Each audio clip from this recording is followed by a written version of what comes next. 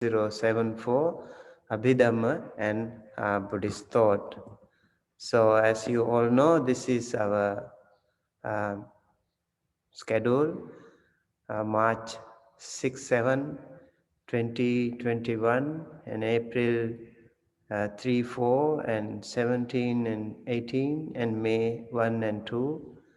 And this is a 4-credit class, 60 hours, and this is the 4th semester and spring 2021. So central time is 8 a.m. to 11 a.m. and this is Pacific time. For us it's little early morning, 6 to 9 and 1 to 4 here, and for you it's 8 to 11 and 3 to 6. And my name is Bhante Nivitigala Sumita. Okay, here Nivitigala is actually my hometown. All the Sri Lankan monks have their hometown uh, at the beginning of their name. So this is not my original name. My birth certificate has a different name. Sumita is my Dhamma name.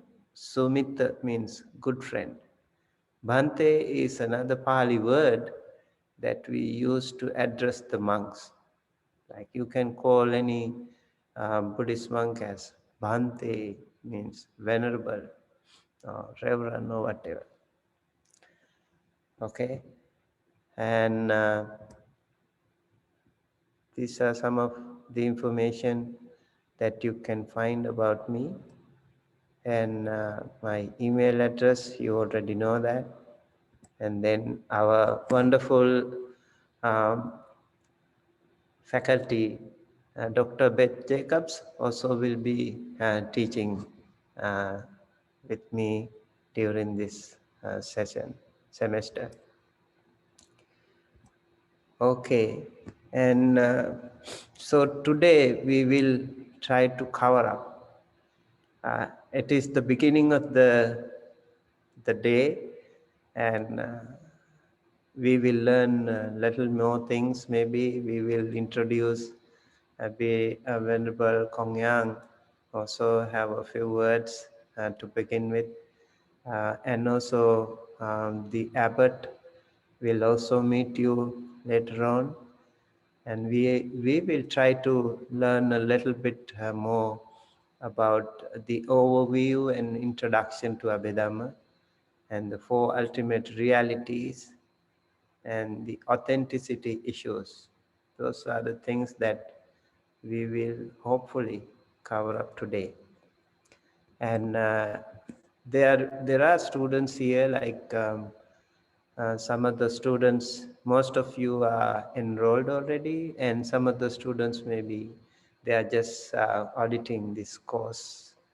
So those students who audit this course, they can stay mute and just attend the class. I think that also is very kind of uh, the institute that they allow other students also to participate.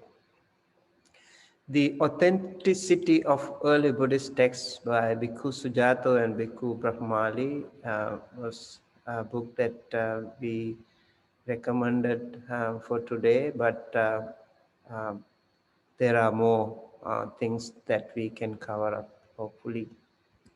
And okay, so I would like to go to Venerable Kongyang. Is she here? Venerable Kongyang, do you have to say something before we start? Yes, I'm here. I have nothing to say. Thank you, Bante. I can hear you.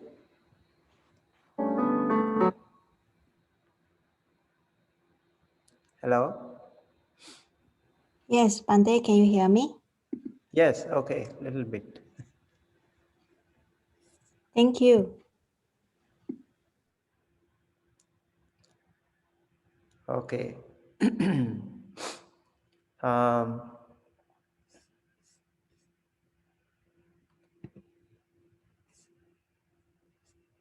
These are the dates that I also wanted to share this thing for the benefit of our students who are attending. If they are familiar, I'm sure our students, they are all familiar with this.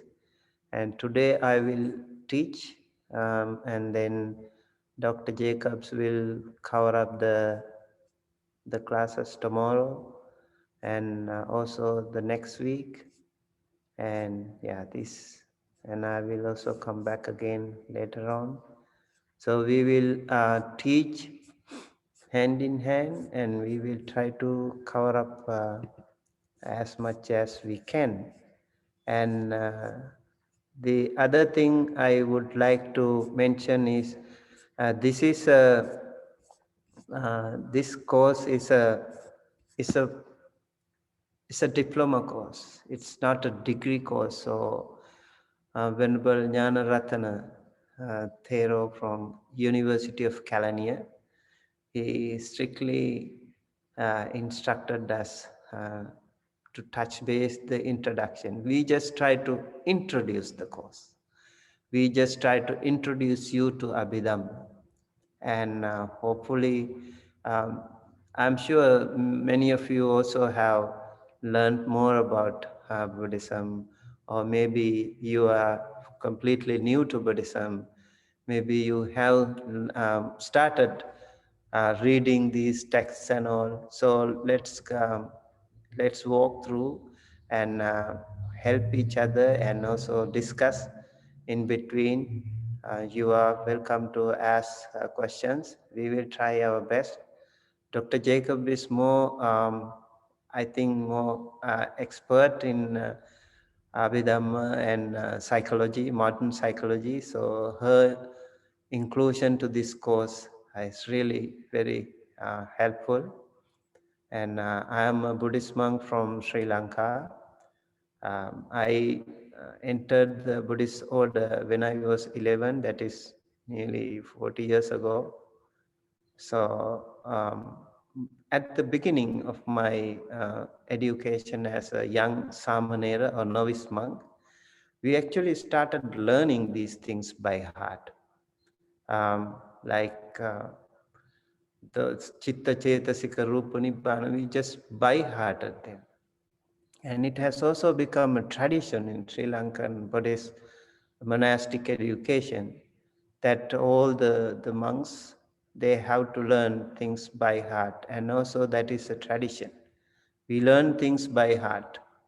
And Abhidhamma, in our schools, we had to learn certain formulas, especially uh, the things that was the things like some Chitta Chetasika Rupa Nibbana, and also the introduction, Abhidhammatta Sangaha, Abhidhamma Avatara, and Abhidhamma Chandrika.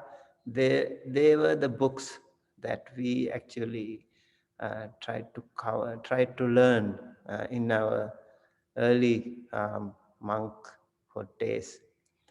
And later on, I was more into sutta studies. So it will be very interesting to know the importance of the Tipitaka maybe. Do you know about the Tipitaka? Can anyone tell me what is Tipitaka?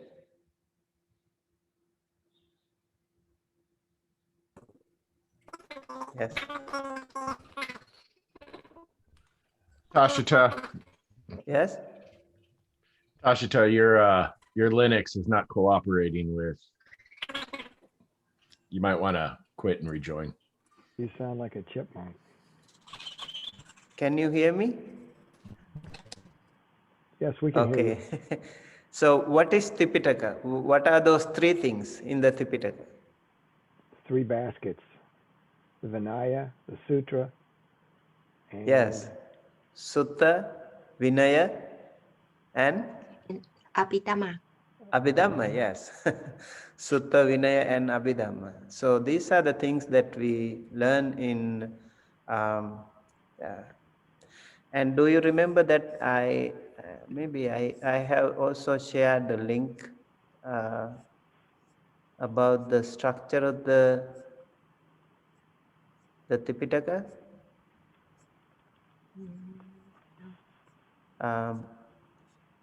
That structure of the Tipitaka will be, I think, also very,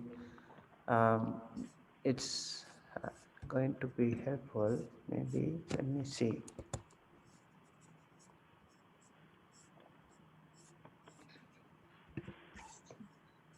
Cap, Abhidhamma.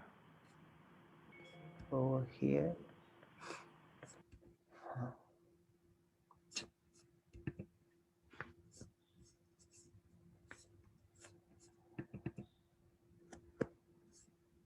Yeah, this is the structure of the Tipitaka.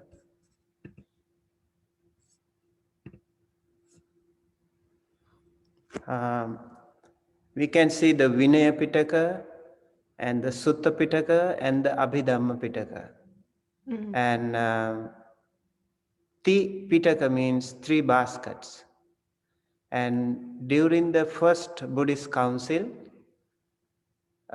after 3 months of the Buddha's passing away, 500 monks gathered at the Sattapanni cave in Rajagha, what we call Rajgir.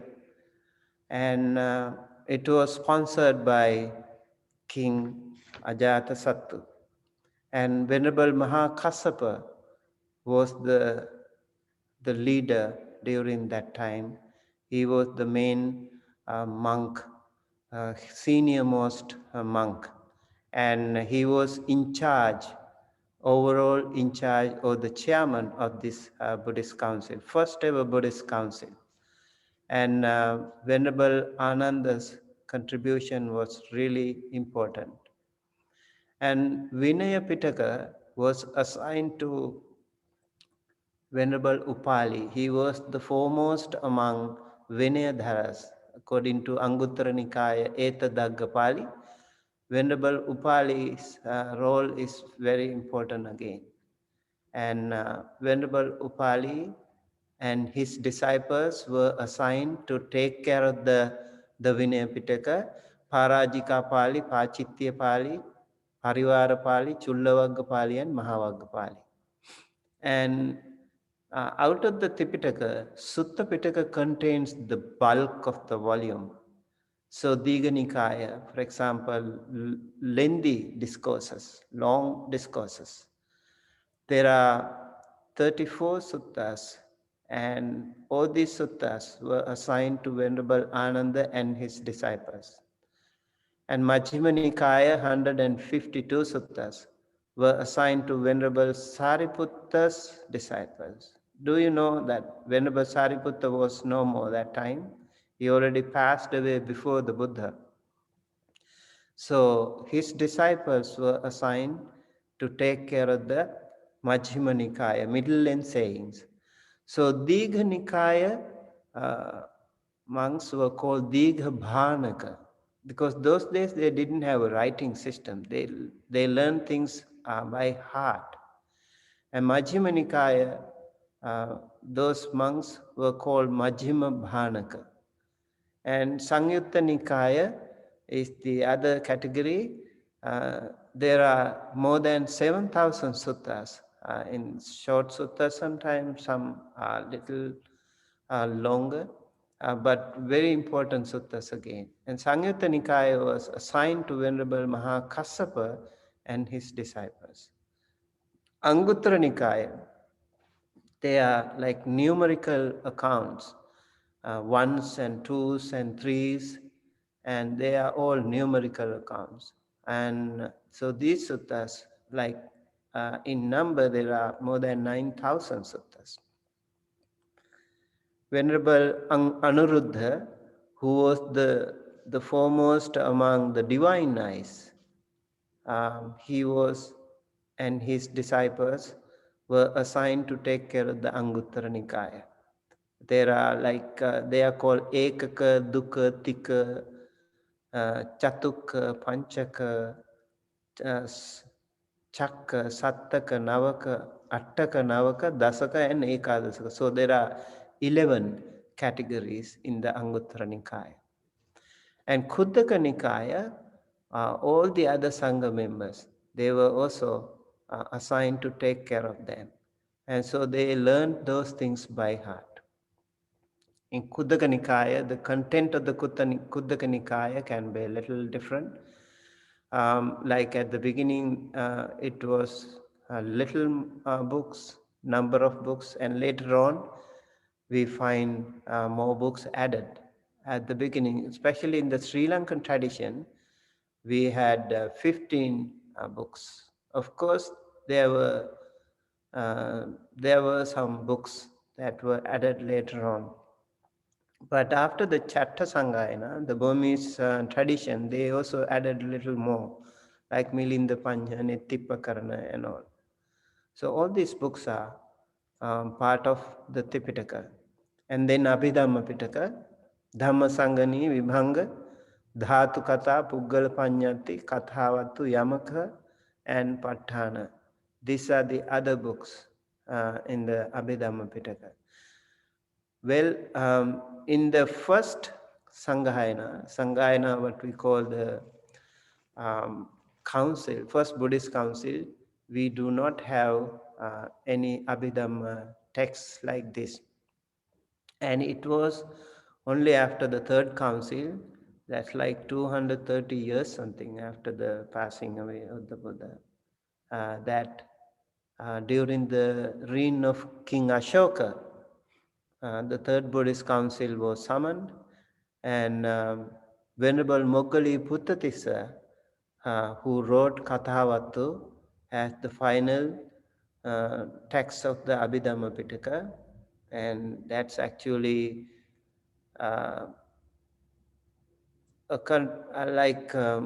prove the point. Now, questions and answers, 500 questions were answered there, and they are all trying to defend the Theravada or the Abhidhamic standpoint. And so this book is the final book of the Abhidhamma Pitaka. So up to the third Buddhist council, the Abhidhamma Pitaka, as a Pitaka, it was not complete. But the main ideas of the Abhidhamma already was there in the Sutta and Vinaya. So Vinaya Pitaka consists of the monastic code of conduct for monastics, and the Sutta Pitaka is the main teachings of the Buddha. The Abhidhamma Pitaka is the analysis. It's all about the analysis. Abhidhamma. They are also very important again. And yes, these monks, they have been taking care of bhikkhus and bhikkhunis.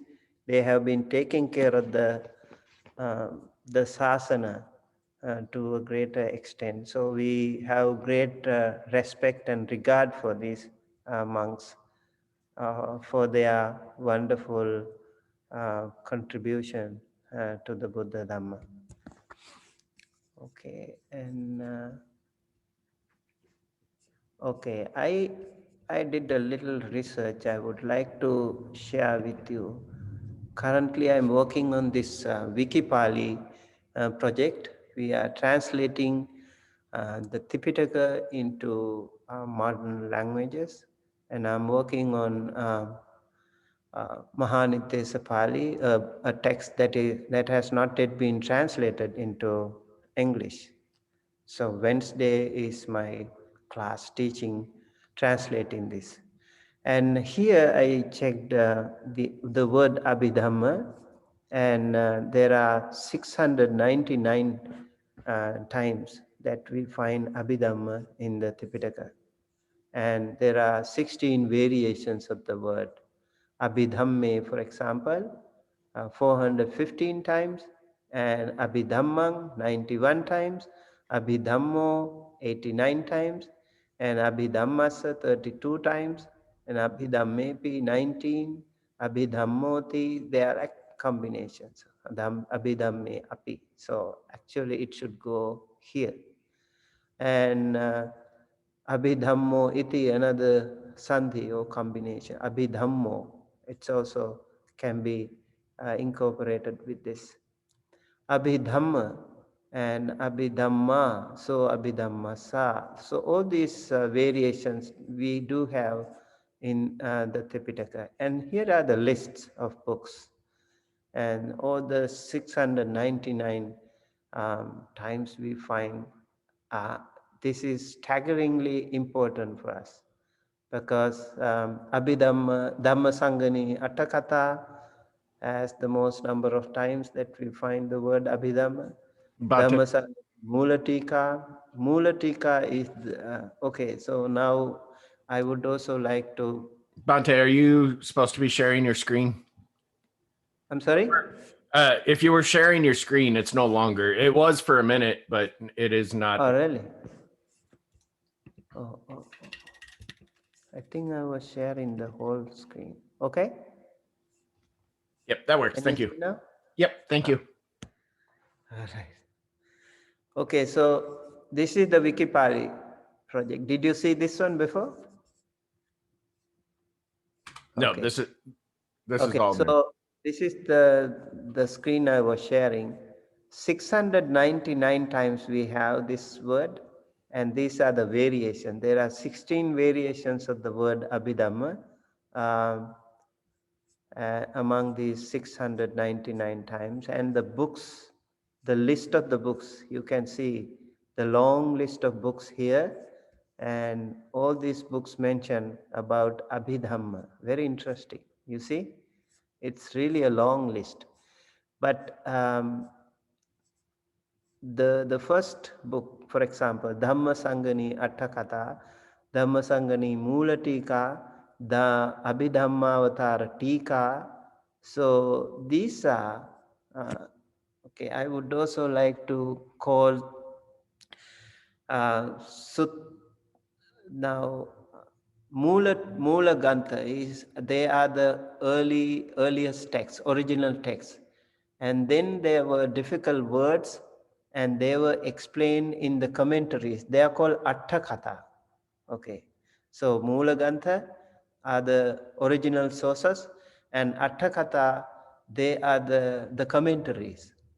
And then there were some more difficult terms, difficult to comprehend. Some of those terms, they were called, they were also explained later on by the other acharyas, by the later teachers. They were called tika. So Mulagantha, then the Atthakatha, and then the tika.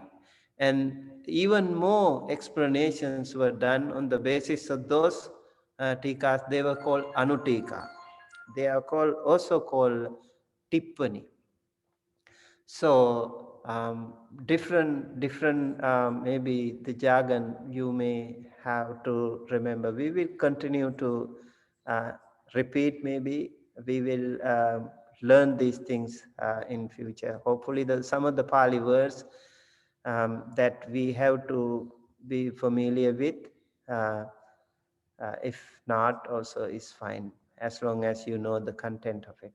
So Dhamma Sanghani Attakatha, Dhamma Sanghani Mulatika, you can see the number of appearances of the word Abhidhamma, Abhidhamma Avataratika, Anudipani Pata, Visuddhimagga Mulatika, and then Paramatha Dipani and Patimokha Vaggatakatha and Dukkha Nipata Tika. This is actually Anguttara Nikaya book. Vibhanga, again another Abhidhamma, Vibhanga Mula Tika, and Dhamma Sanghani Anutika. So the Sila Khanda Vagga, there's most of the Attakathas and Tikas we can find. And then the Abhidhamma Pitaka and Mahavagga Tika. You can see now Attakathas and Tikas have the most appearances of this word. Interesting analysis, I think. It will be also very useful to learn, and many books of the Tipitaka. Some of them actually not necessarily canonical books. For example, Datavansa, Thupavansa. Thupavansa is the chronicle of the great stupa, what we call the Ruanvali Mahasaya in Anuradhapura. It's a huge stupa. The story of that stupa is covered in this great chronicle called Thupavansa. Datavansa is the chronicle of the tooth relic, and Dhatuvansa is the chronicle of the relics. So in Sri Lanka, we also have a large number of chronicles. Like Mahavansa itself is a great chronicle, and it covers the entire Tipitaka, entire history of Sri Lanka. Even today, it is being written in Pali. There is a separate panel of scholars, scholarly monks. They write the Sri Lankan history in Pali. It has a long history. So chronicles have like Bodhivansa, Datavansa, Dhatuvansa.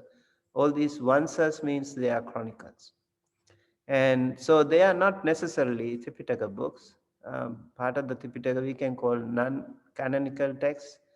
And yeah, some of them, they are of course part of the Tipitaka. But here we have this word appearing in different places. I think it will be useful to know.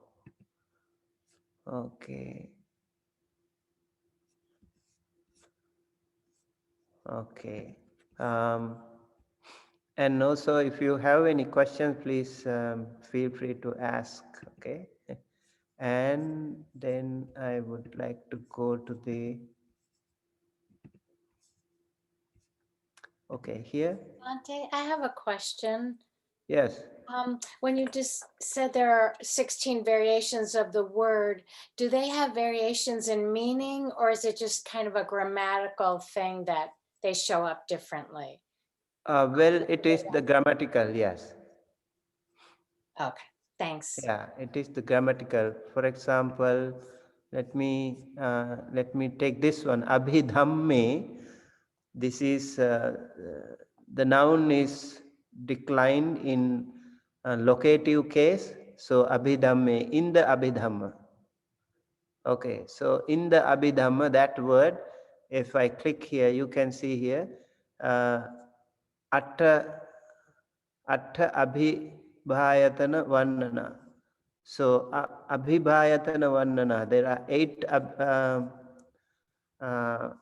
abhibhayatana. So bahidha, so upari uppannati bahidha vattu vattusming eva uppannang abhidhamme pana, in the Abhidhamma. This is the meaning. So we can see here that word is mentioned.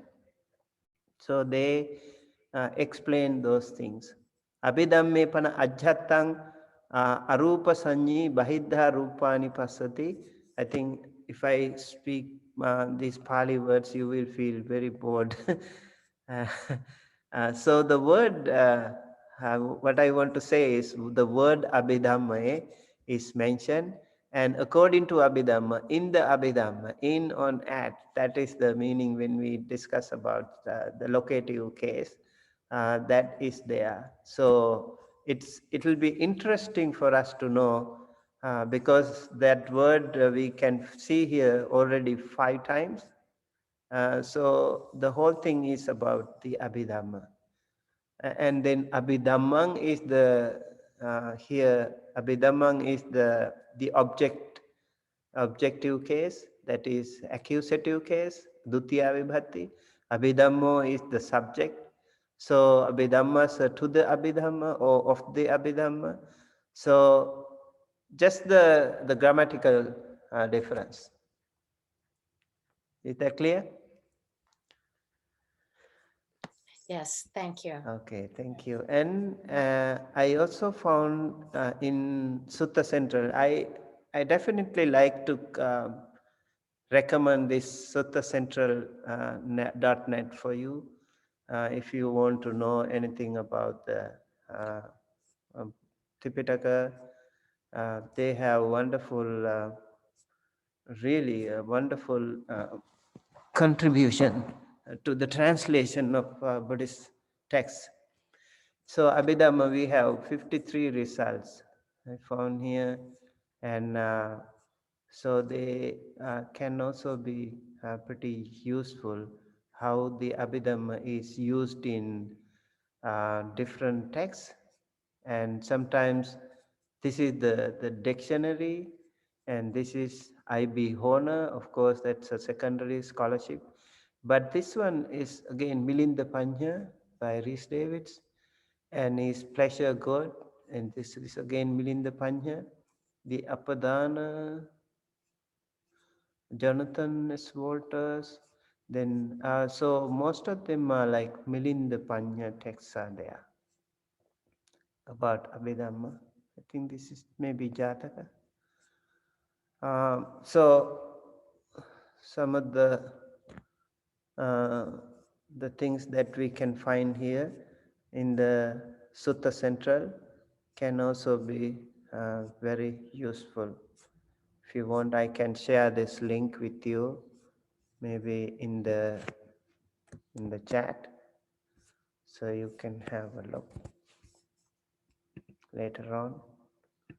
I can also share it in the Dr. Jacobs, can you please share this link also in the Slack? And yes, and then I would like to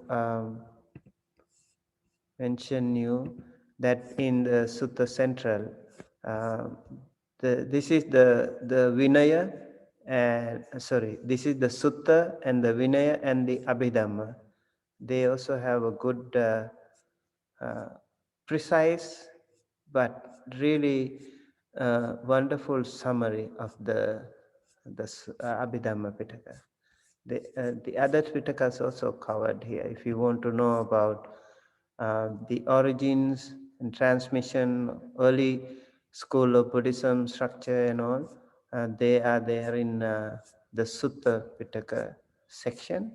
And then the Vinaya Pitaka section here, monastic law, and the Abhidhamma Pitaka also is there. I think it is really very helpful to read this article. So here we have the origins, transmission, early schools of Buddhism, structure, canonicity of the suttas, suttas in the Buddhist traditions, and modern reform and postmodern criticism and translations. Yeah, these are some of the things that we might find useful. And then again, I would like to share some of the things that we have in my Google Drive folder. I have a number of texts here, and I like uh, Fundamental Abhidhamma by Dr. Nandamala Bhivansa. He's a Burmese monk, and this book also is really useful one. Maybe I will share this one also with you later on, just for you to learn a little bit more. So he talks about what is Abhidhamma, who is the author. This is more traditional out traditional teaching of the Abhidhamma. Who brought Abhidhamma to human world? The 7 Abhidhamma texts. Commentaries on Abhidhamma. Abhidhamma flourished in Sri Lanka. How Abhidhamma flourished in Myanmar. The role of Abhidhamma, the Sangha. The role of Vibhavini and Ledi Sayadaw. Paramattha Deepani. Fundamental Abhidhamma.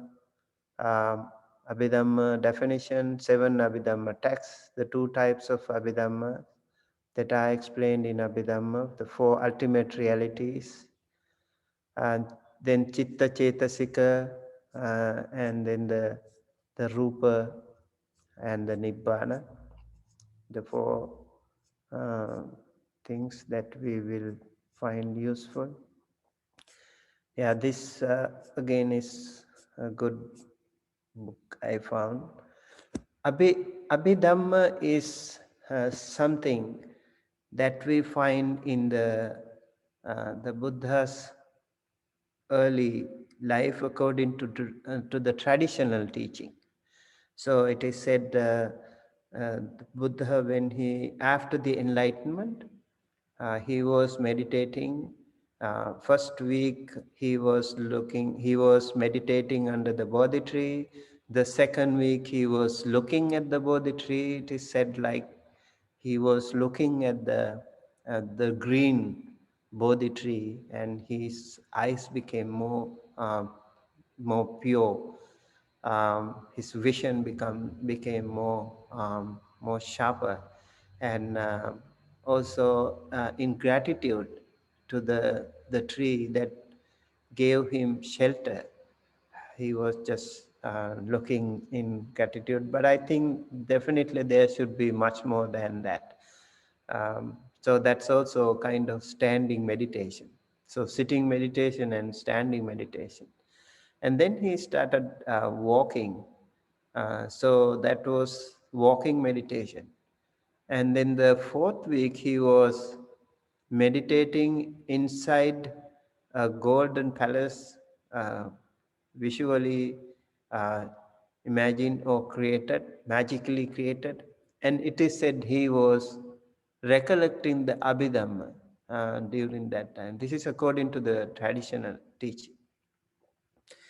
And then after 7 years, he went to Thavatinsa realm, the Deva world, divine heavenly world, where his mother, Mahamaya, she was there, and it is said that the Buddha taught the Abhidhamma to the Devas in the during 3 months period. And he also used to come back to the earth for Pindapata, the alms round. And he also met Venerable Sariputta, the foremost among the wise monks. He is the chief high command in the Buddhist order. After the Buddha, Venerable Sariputta was a very important person. And it is said, again, this is traditional teaching, that Venerable Sariputta was explained all what happened there in precise terms. And after the 3 months, the Buddha came back to earth uh, to Sankasapura.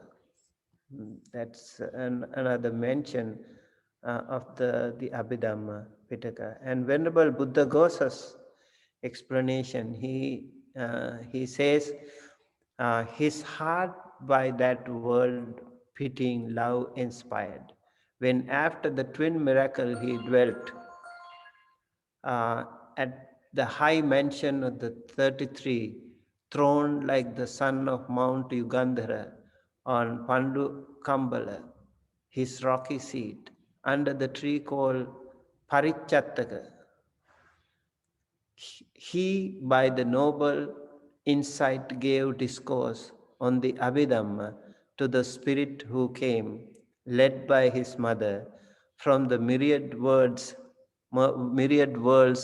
and compassed him about on every side. So this is a commentary on Dhamma Sanghani.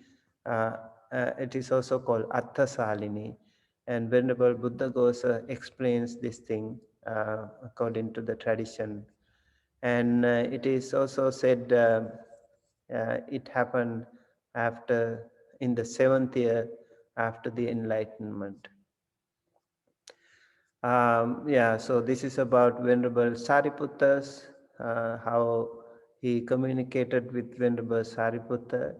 And these are the 7 texts of the Abhidhamma Pitaka.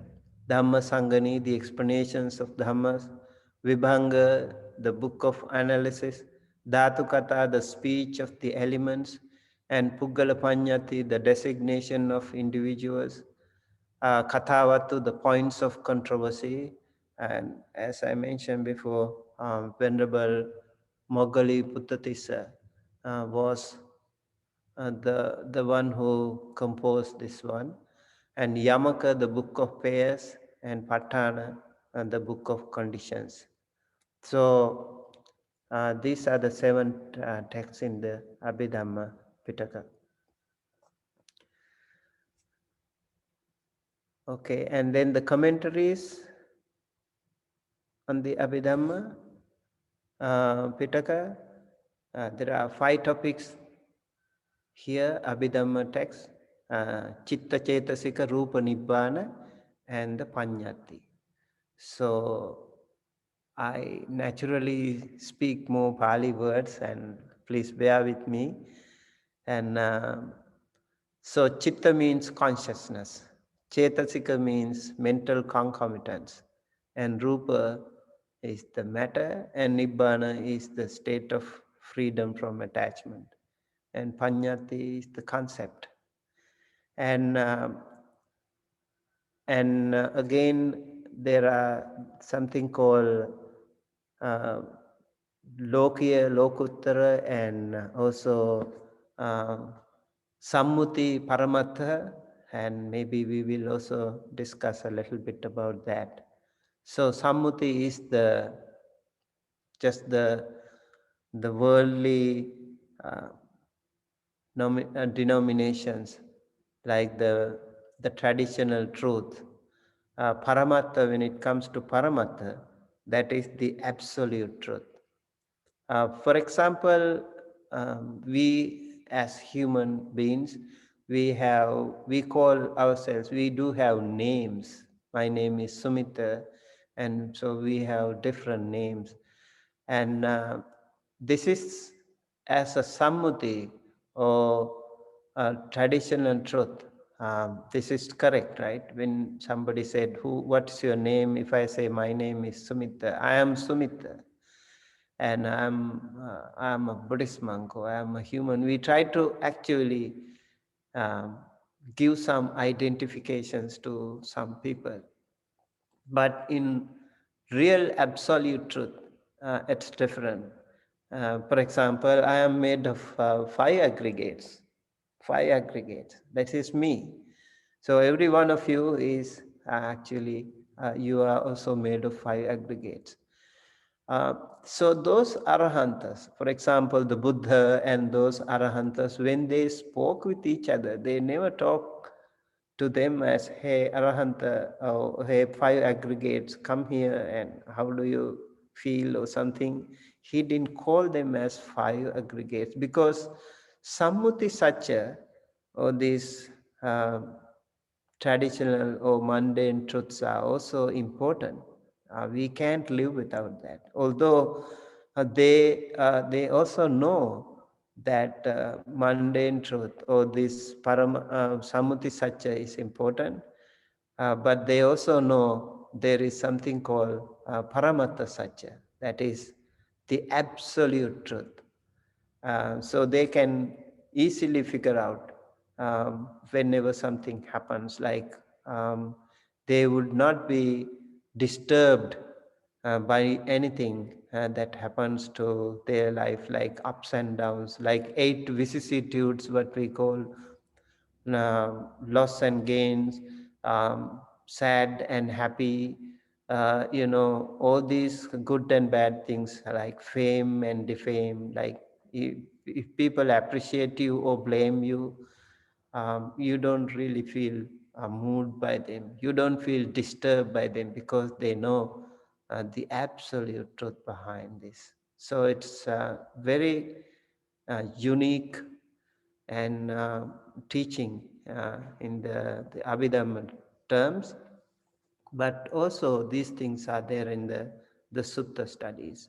And in our meditation, we also learn about these things. So it's really, again, important.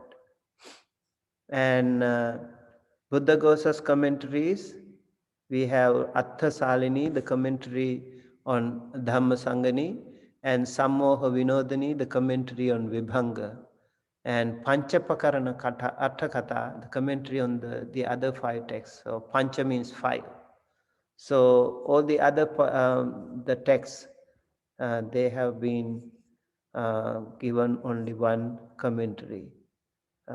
So Abhidhamma texts are mostly uh, not so expansive like other suttas. Like if you listen to many, if you read many sutta texts, they have stories behind, they have like many things. But here in Abhidhamma, they are just right to the point. Um, let's say like in the suttas, we have Evang me sutang ekang samayam bhagava Savatyang Vihirati Jetavane Anatha Pindika Sarami. There are hundreds of suttas beginning like this. And thus have I heard. One time the Buddha was dwelling at the Savatthi Jetavana monastery built by Anathapindika, and then the Buddha addressed the monks, and then the monks replied to him. Oh, then some divine beings came to him, and some Brahmin came to him, and exchange greetings, and all these things are there in the suttas. But in Abhidhamma, we talk about mostly the analysis. We see mostly the philosophical side, and especially the deep analysis of the mind is really very, sometimes, as Venerable Bhikkhu Bodhi says, sometimes like it's little more comprehensive, and maybe little more than we expect. So the Abhidhamma, again, very important teaching. And how Abhidhamma flourished in Sri Lanka, and it was for a long time they have been taking care of this. Ever since it was introduced, Buddhism was introduced to Sri Lanka, according to the history actually, during the Third Buddhist Council. But according to those chronicles, it is said the Buddha himself visited Sri Lanka 3 times. And of course, it was located very close to India, and during those maritime trade affairs, a lot of traders must have come to Sri Lanka and from India. Spicy gardens, and then those natural resources like gems, and also the ivory products. So many things. Hopefully, they must have been in touch. Whatever happened in India also affected Sri Lanka yesterday and today, and it will be the same. So Buddhism was such.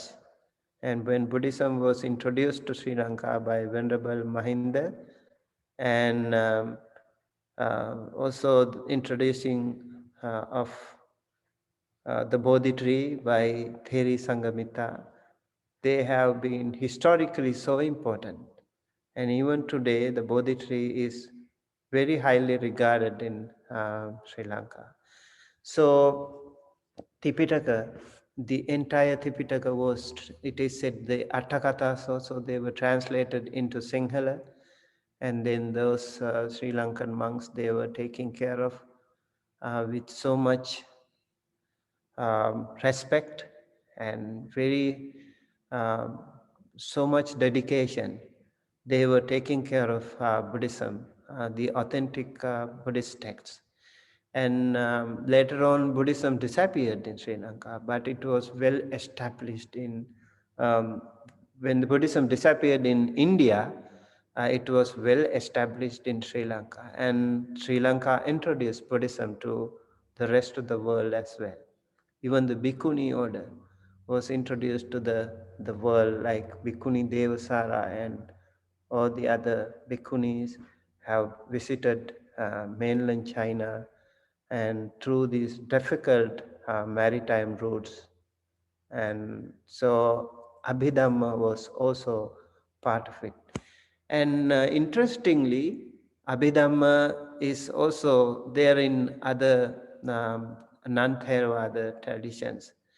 But in Theravada tradition, we do have the entire text in Pali. We do have the Mula Granthas, the original sources, and the commentaries, and the sub-commentaries, and the sub-commentaries. All these are complete. The entire complete edition is there with the Theravada tradition. So that way, I think the Theravada contribution to Abhidhamma is much more important. And of course, Abhidhamma Pitaka, in Sanskrit, some fragments, some texts are available with the Mahayana traditions too. So we will discuss more about them also later on.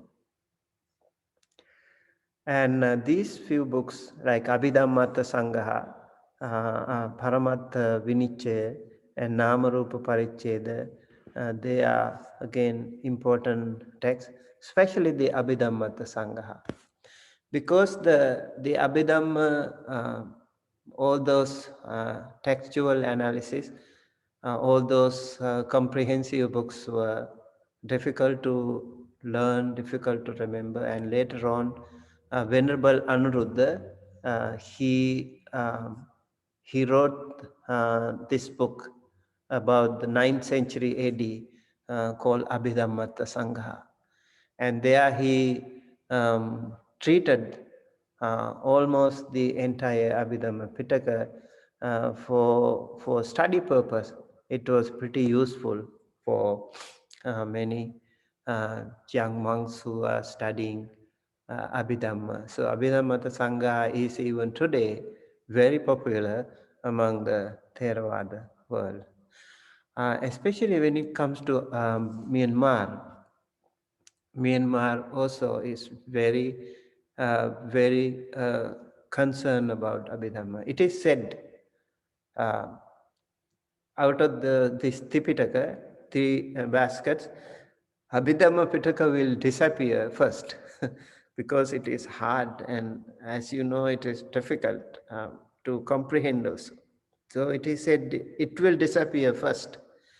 And therefore, the Burmese monks, they are so dedicated. They want to take more care of Abhidhamma, and they want to repeat Abhidhamma. They want to chant Abhidhamma. They want to learn more Abhidhamma so that they can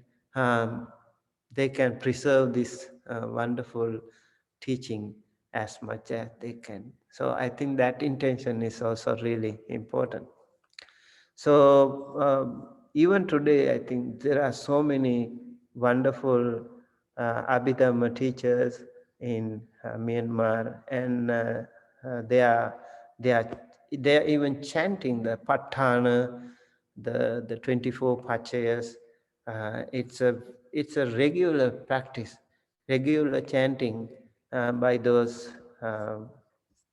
Burmese community, even the lay people. They do that. So as I mentioned, these 7 texts, and these are the Mula Tika, Anutika. Mula means the original, and Tika is the sub-commentaries actually. And then Anutika is even further. So Abhidhamma Sangaha, the Tika, and old and new, and all these are some of the books that we have during certain periods of Myanmar history. So here we have a history about the Myanmar. So role of the Abhidhamma Sangha, again, as I mentioned, is really important. And they all have a great respect towards this book. And yes, and Lady Sayadaw actually has kind of criticized this. And later on, there is another one, Paramatta Dipani. It also, this is, they also have defended. Some people were criticizing, the others were defending. So these things will keep going on like that. And okay, maybe we will give you a little break and ask if you have any other questions so far. How was it?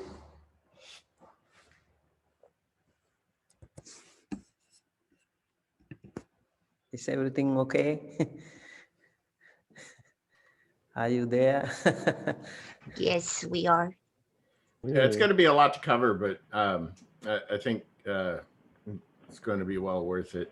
So the PDF that you were just going over, is it possible to get that posted in Slack, or is that going to be a good overview? Can you please repeat that?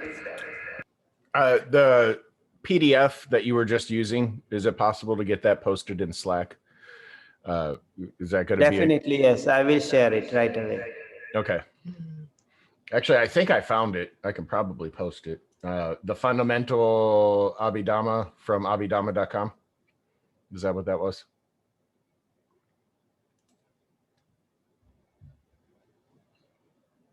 Oh, you're muted. Bante, you are muted.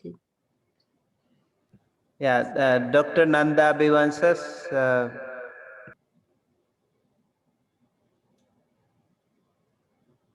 Okay.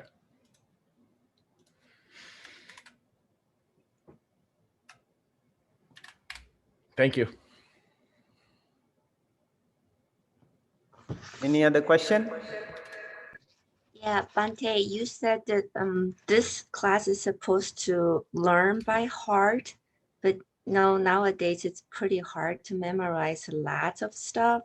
Is it possible you can highlight the stuff that must be remembered? Definitely, yes, I know. It's not going to be easy for everything to remember. Sometimes what we do is we repeat. That's a good way to remember. And those days when we were young monks, we also had to learn by heart so many things. But it was also a practice that we repeat. If you see the structure of these suttas, for example, you see Evang me sutang ekang samayang bhagava savathyang viharati jetavane anatha pindikassa arame. So the same thing is repeated over and over and over again. And many of those teachings are repeated. That way it is easier for those people to remember. That's how they did it. So we will also do the same. Some of the terms we will repeat over time, and I'm also planning to have a Quizlet, maybe, so that do you know about the Quizlet? Yeah, so I will add some of the Quizlet terms in the Quizlet, so that you will be able to learn it, practice more. And Dr. Jacobs also has, I think, a number of terms. So we will use those technical terms in the Quizlet maybe for the benefit of you. Okay, so don't worry too much about that. Because we learn nowadays at our age, it's pretty hard to remember and keep remembering it. Maybe we try and then later we forget. Yeah, that's right. That's right. But do we actually forget things? Do you think we forget? What happens to our memory? Somewhere in the We- consciousness. Yeah, we Do you forget think the where we memory will stored be it. gone forever? Hopefully we'll bring them back. It will not be gone forever. It will still be there, actually. That's why we remember, right? If I ask you, what did you eat yesterday? You remember, right? What did I eat yesterday? Yeah. Didn't pay attention. But you can recollect, you can go back, okay, I ate this thing in the morning. So you yes. slowly try to refresh your memory. You'll be able to figure it out. But if I ask you, what did you eat like 2 months ago? You have no idea about that. Right? Yes. But some of those fragmented memories of our early childhood we still have, right? Some of those early days, we still remember how we were walking in the fields and how we were like studying and playing with our friends and all these things we still remember. And I as a young monk, I still remember some of those um, the memories that we have, some of those chantings we did, and some of the meditations we did. We still have those memories. And some of the people that we met in our life, we still remember. But many of them came to our life, stayed with us, and gone. We don't even remember any of them. But does it mean we don't really remember them? Our memory is completely gone? Not really. Not really. And if we really meditate, um, those things will come back to us. That's why in meditation or even hypnosis, right? People do hypnosis. So in hypnotic therapies, people can go back to their memories. Even not only this birth, they can go to previous births as well. So in meditation too, we can go to many, many births, it is said. That means our memory is not deleted forever. It is still there, maybe in the recycle bin. So make sure you don't empty that one. So some of those memories will be there in our temporary memory store, and then some of them will be there in our long-term memory store. And I would like to suggest that we keep these memories that are more important to us in our long-term memory store. And one way of doing it is repeating. Repeating is one way of doing it, and also maybe using many techniques can be useful. And today, not like before, today we have technology, and technology actually changes things. We are so much glued to those technical equipments like the smartphone and all. We don't have a time to look at outside, and it's difficult to pay attention to other people. So people have xenophobia. Xenophobia, they don't even know how to talk to other people. And that's something uh, very weird. We humans actually like to talk to other people, but some people don't like to talk to other people. um, and so these are some of the things maybe Dr. Jacobs and I would like to address in our coming weeks. Okay.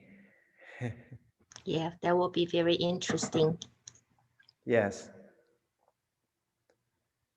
Dr. Jacobs, do you have something to say? Yeah, I did have a thought. He always knows when I'm thinking. I was just thinking that also when we explain, sort of how everything fits together and how the terms are manifest in experience, it becomes easier to remember because it's not just a list. It's kind of something you can identify in your life. So that will make things over time easier to hold on to, I hope. Yeah, yeah. For example, even today, when we were young monks, I had to learn some suttas by heart. Okay, one, for example, the Mangala Sutta. So in the Mangala Sutta, we have some stanzas, right? Bahudeva Manusacha. So I remember the beginning of the stanza birth, and the second one is Asevanacha, And the third stanza is Patirupa Desvaso Chepa. And the fourth one is Bahu Sachan Cheba Ba. So I remembered the first letters. And so Ma, Da, A, Ga, Kha, Te, Pu, E. So those are the entire stanzas of the sutta. So I still, even today, when I chant, I don't need the book, but when I chant, I have to remember those initial letters. That way we remember. And yeah, repeating is very important. And I think also visually imagining maybe um, will be important. Um, Writing is important, right? Writing down also is very important. I think for elderly people, it's not like children. We need to write down maybe. That's the key point. We are aging. Every Yeah. single moment, we are all aging. According to Abhidhamma, if we speak. Because talking about youth, when I was younger, it seems to me it's much easier to memorize anything that I want. But nowadays, it's not that easy anymore. I know. I remember I was learning Dhammapada. There are 428 stanzas in the Dhammapada. And there are 26 chapters. I learned all of them by heart in 26 days. Wow, That was great. when I was 11, and it's not so easy like now. It's like we have layers and layers and layers of different experiences. So the children have more brighter, more sharper memories. And but if the elderly people also start thinking positively, there is nothing you can deny. There was one Sri Lankan monk I would like to mention. His name was Venerable Ananda Maitreya, Balangoda Ananda Maitreya. He lived 105 years. In his 90s, he started learning about the computers. Okay, he was 90s and he started learning about the computers. And then some of his disciples were asking, Bhante, what are you doing now? Why are you learning computer studies now? He said, this is for my next birth. No more question. so so there is nothing that stops you if you really want to learn, and you will always enjoy um, those uh, those things whatever you do. And especially when you grow old, if you think, I want to learn something new, a language maybe, or like study a course like this, that will take you to your early childhood days. You meet so many friends, and you also start to learn. You need to give some what do you call exercise to your brain. Some parts of your brain are not working. You are not using them, and so you need to study something new that will give you a chance to actually uh, refresh your memory and give some exercise to some muscles of your brain. That's important too. So if we want to reach jhana 4, the next life, we should start meditating now. Prepare for the next birth. Yeah, I mean, the idea is not really waiting for the next birth. uh, the Nibbana, for example, is for this birth, not for the next birth, right? And so it's important that you practice. But those sansaric habits can be helpful. Those habits can be very helpful. Like you all have different capacities, different talents. And these days, one very small Sri Lankan child, a girl, she's like maybe like 3 years or 5 years or something, and from that age onward, she started teaching her own father.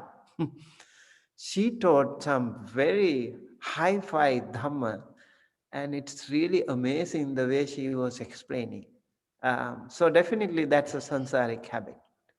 And there are some children who can recite those stanzas, those discourses in memory. They have never learned these things in this lifetime, but those early memories still can pop up. So memory is not deleted. And also you guys should learn more and more. And one day or the other, that triggering point will come, and then you will be able to open the door of the Nibbana. Yep. Okay. I think I would like to take a little break, maybe 5 to 10 minutes. All right, sounds Okay. good. All And right. then we will come back. Come Thank you. back at 9:40. Okay. Sure. Okay.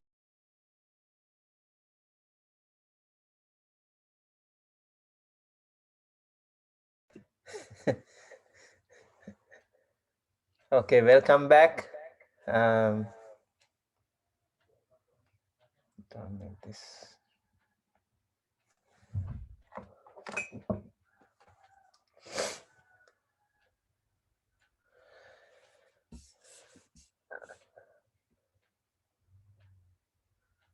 I would like to share with you. Can you hear now?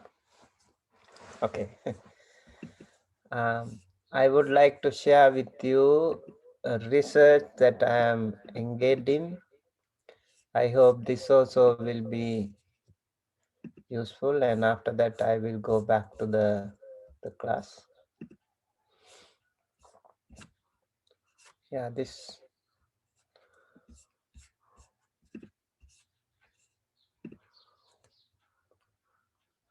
Can you see? Yes, we can see it. So this is a project in University of Southern California, led by Dr. Ray Khan. He contacted me and 60 other participants to be a part of this wonderful project. So this is a meditation with EEG cap on, and here I was meditating with an EEG cap. And before that, actually, I have meditated with what you call, I think you are familiar with Insight Timer, right? Practice like around 25,000 minutes. That's over 400 hours of meditation. And so they asked me to come, and I was meditating inside the small kuti. And then I was given different subjects to meditate upon, and they actually monitored my brain waves, wave patterns. And after this, it took like some hours. I was asked to meditate on metta or loving kindness, or just breathing, focus on breathing.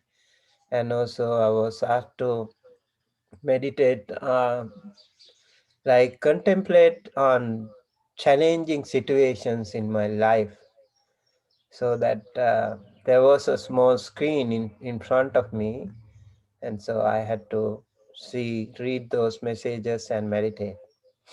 And during like challenging situations in our life, how do I was asked to analyze them, go deep into them, so that they can monitor my brain waves, how we change our brain waves. It's really interesting. And later on, I was also asked to um, undergo MRI scanning.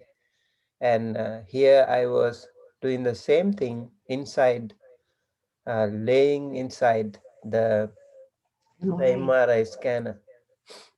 Uh, that way also they monitored our brain waves. This is another thing I wanted to share with you at the beginning. So the outcome of this study will be maybe available maybe in a year or so. Hopefully I will be able to share with you. um, of course, lots and lots of studies have been done. Do you know the happiest man on earth? Yes?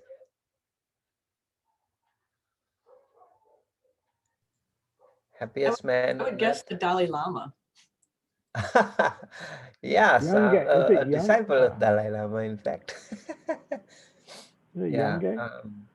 Who be those arahants, the happiest people? That's a good question. Happiest person. I mean, now they have, they have tried to find, um, the scientists, they want to observe their brain waves.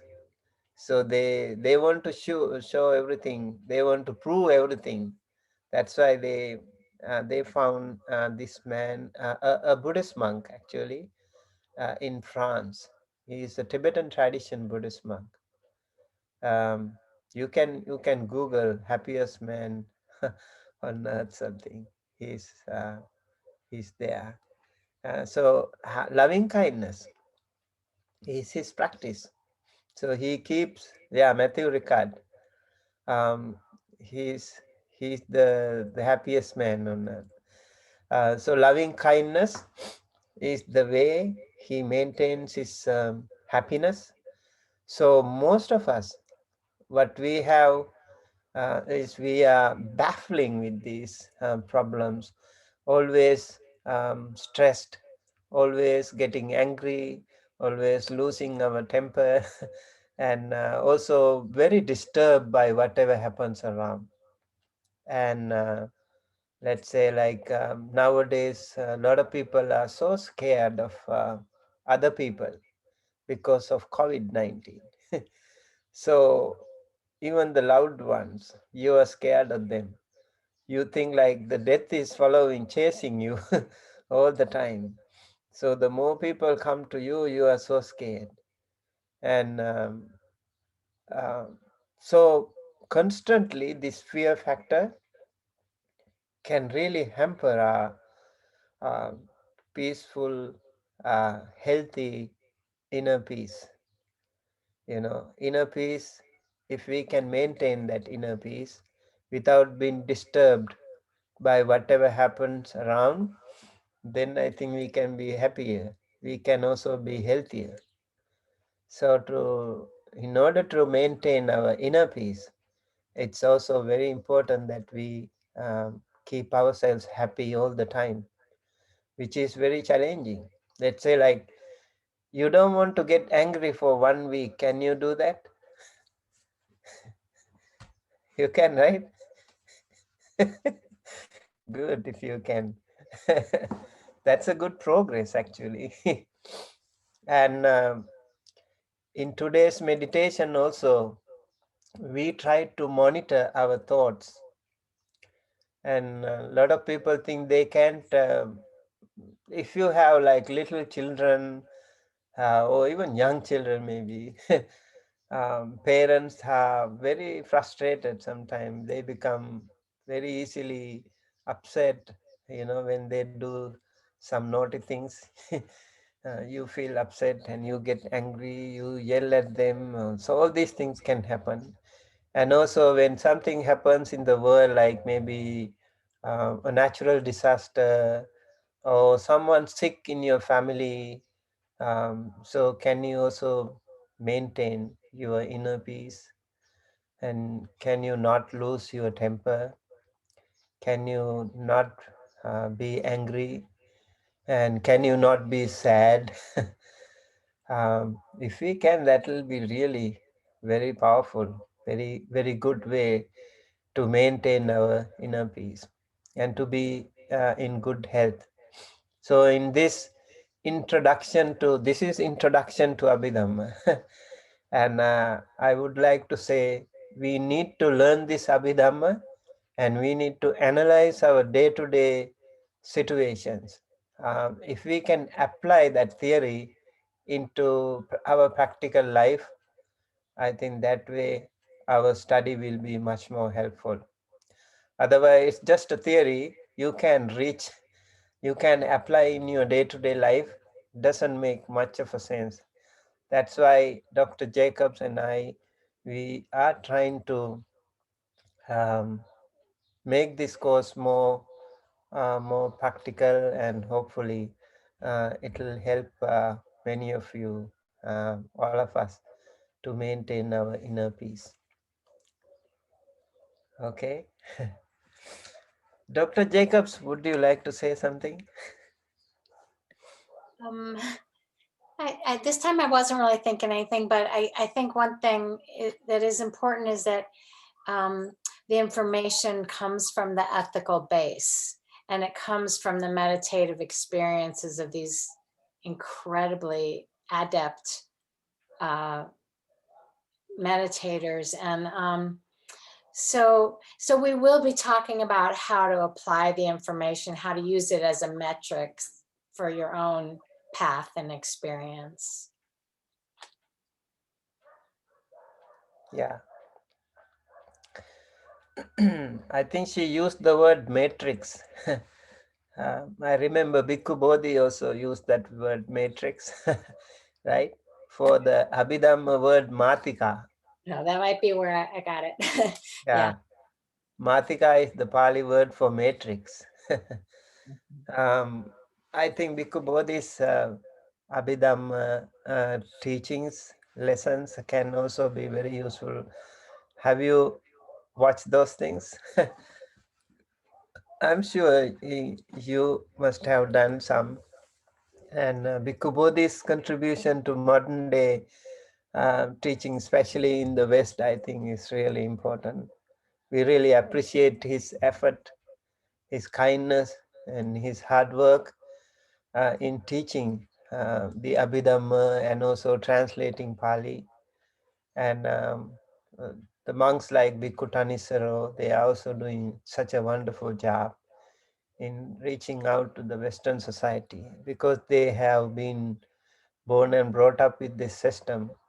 So I still struggle to identify your thoughts, the attitudes, and also the culture. Um, it's very important that people here, they preach or they teach um, to their own community. And Buddha also said, Sakaya Nirutya. When you teach the Dhamma, you teach in their own language. So even though I speak a little bit English, I still cannot translate everything from the east to the west. And also I still maybe cannot 100% read the mindset of the people here. And that's why I think I'm so happy that Dr. Jacobs is here so that I can kind of balance this thing. We definitely provide, a certain kind of balance of view for you. So I think that will be a fun part of it, is putting that together. Mm-hmm. Yes. Yes, definitely. and Bhante Sumita has not only been helpful to me, but it has already kind of balanced out my view in a very helpful way. Yes. Thank you so much. I think Thank you.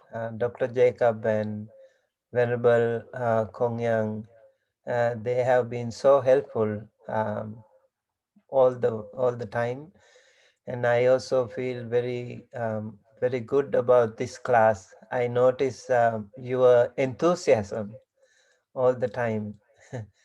You're very enthusiastic about this course.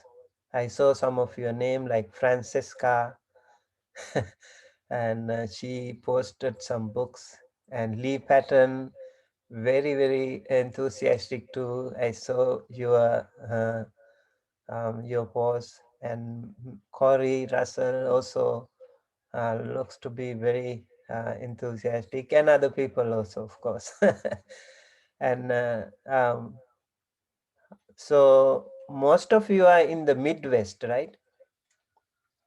And I heard one venerable is in China. Is that Venerable Kongxi? Who is in China?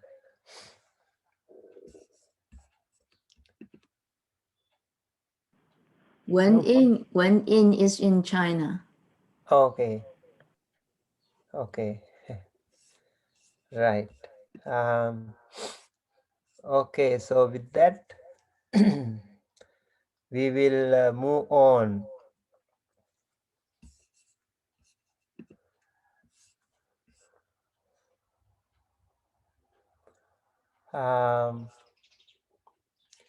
Yes, if you have any questions, please, you can also text here. Maybe Dr. Jacob or I can read them and later on explain or answer to them.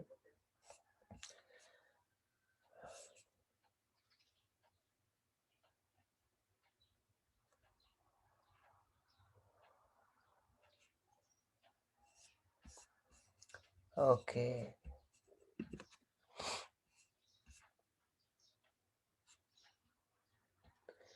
Yes, I think those students who have not registered in the course will not have access to the Slack. But you can also be a part of this class. You can learn things. And so I would like to go back to the lesson.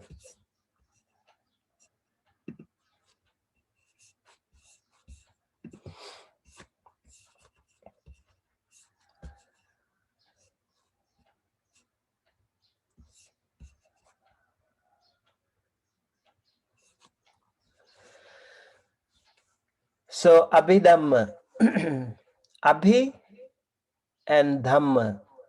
Abhi means deep or profound. Dhamma is teaching. And Abhidhamma and Abhivinaya, they are all, whenever we have that upasagga or the additional text to the word, that means there is a kind of additional meaning. Abhi always means profound or deep.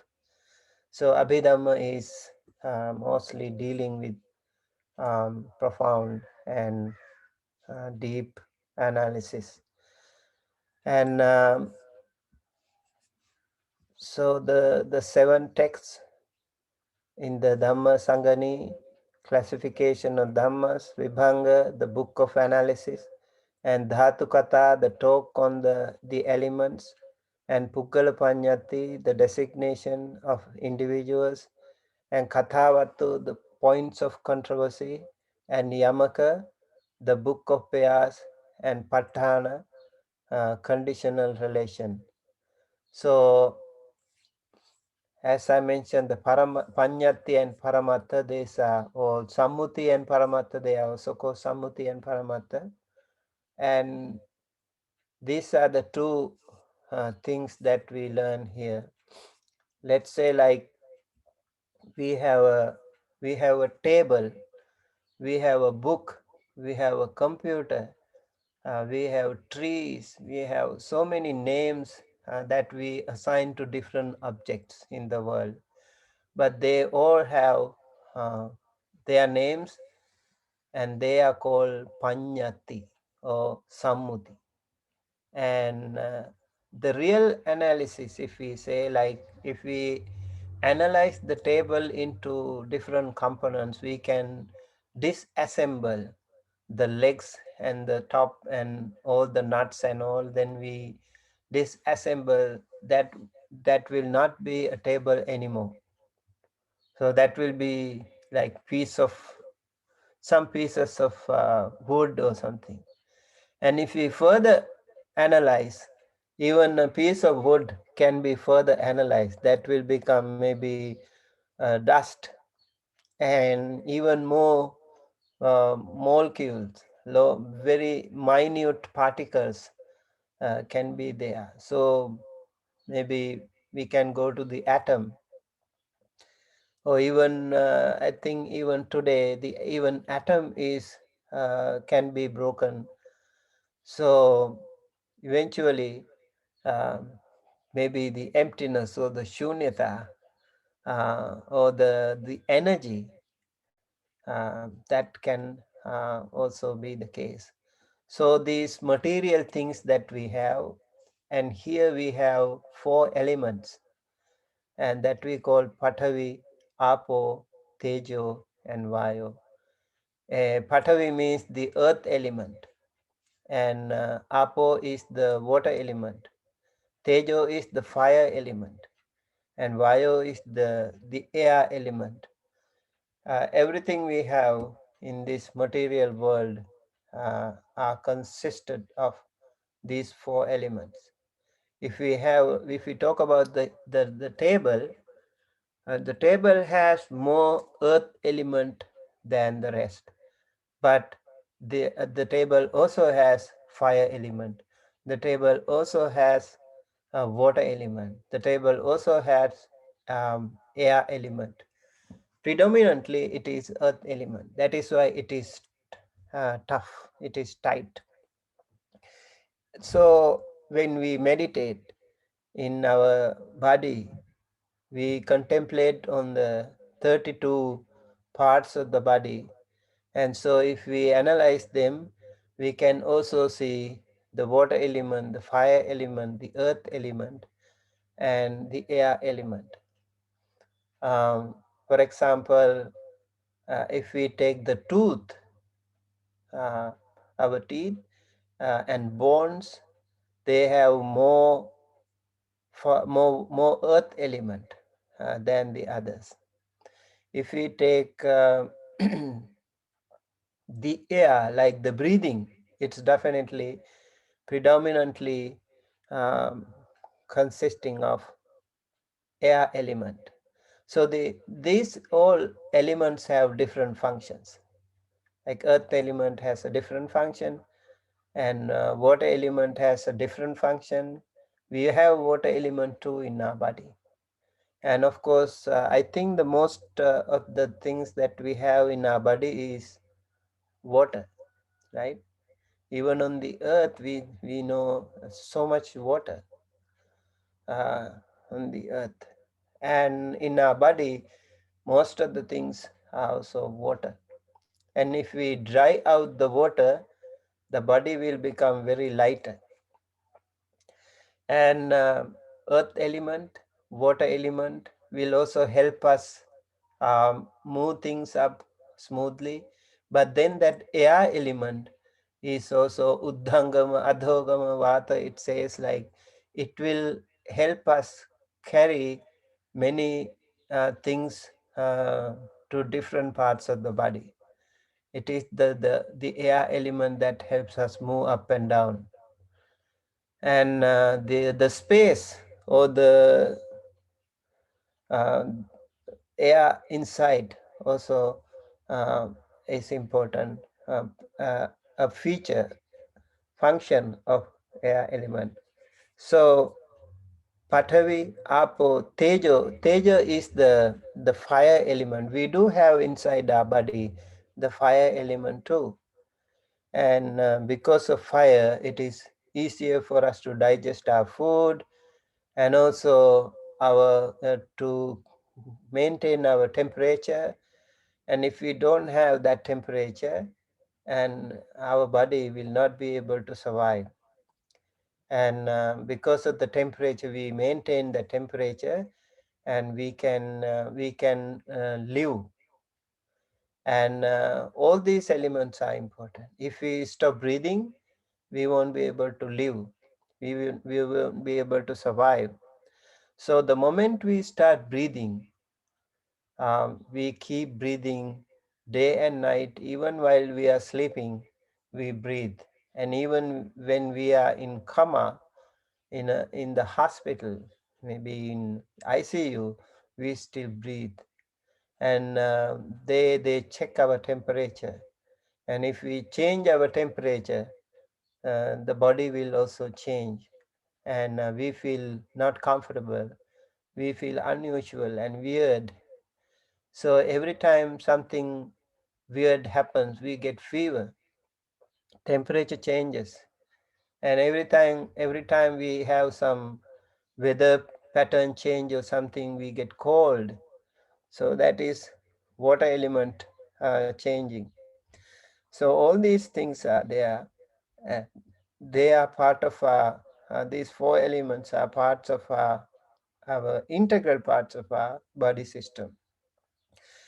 One time, Venerable Moggallana, the second high command in the Buddhist order, the second disciple, uh, Venerable Mahamoggallana, he is the foremost among the mystic powers. He had a lot of supernatural powers. He had the capacity to do so many things, like walking in the water, just like we walk on the earth, and immersing in the earth, just like we immerse in the water. And he can walk through the walls. He can fly in the air. He can see. He can travel very fast, and he can reach out to the moon or sun or whatever. So all these mystic powers he had, supernatural powers. And one day he decided to go and to see the end of the world. And then the Buddha said, Moggallana, even if you try during with all your supernatural powers, even until the end of your life, you won't be able to reach the end of the world. And so the best thing is to look into yourself. Look into yourself, and you see all these elements. These elements are the same thing that we find in the outside world. So rather than looking at the outside world, look into yourself and analyze those elements. These elements are the same that we find in the outside world too. So it's the Buddha said, the Nibbana, the Four Noble Truths, the truth of suffering is within us. The cause of suffering is within us. The cessation of suffering is within us. And the cause to the path. The path to the cessation of suffering is also within us. Ideally, the liberation, the Nibbana is within us, not outside. So the happiness, the absolute peace and happiness is within us. And even the Nibbana is not within, not outside, it is inside. And not after death, but uh, during our lifetime, within our life. The Nibbana is something that we achieve when we are alive, not after our death. So the ultimate realization of Buddhism occurs when we are alive. That is why in meditation we try to maintain that inner peace, and also we try to stay right here, right now. Because the challenging part for us is that the mind always wanders to the past or to the future. So we try to maintain that inside, right now, right here. to the present. And that way we can eventually train ourselves to realize the final Nibbana. So this Sammuti and Paramatha, or Panyati and Paramatha, are very important teachings of Buddhism. So Panyati changes its designation when its form or substance changes. However, the conventional truth of Sammuti Satya, because it is something that is generally accepted.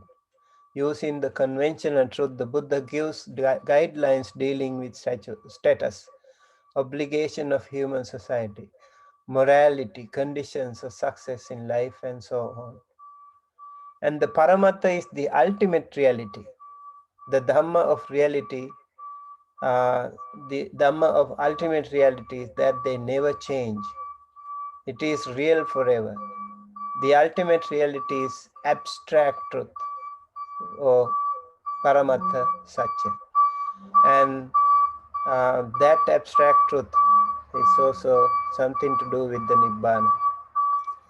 And so today we will also discuss a little bit about the four ultimate realities. And they are the Chitta, Chetasika, Rupa, and Nibbana. Chitta is the consciousness. Chetasika is the mental states. Rupa is the matter. And Nibbana is the state of freedom from attachment. So how can they become ultimate? That's also interesting. And because we humans, we have a body, we humans, we also have been changing from ever since we were born, like tiny little babies. And how much we have changed so far, it's also amazing. And but we don't see that right away.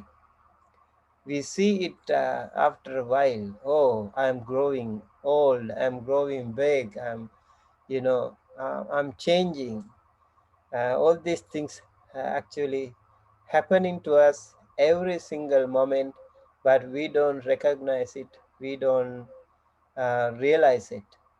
And it's only maybe like when you are older, you can see your gray hair, you can see the wrinkles, and you can see your eyesight is weak, and your ears also weak, and you can see your taste, your tongue, your palate is not working properly.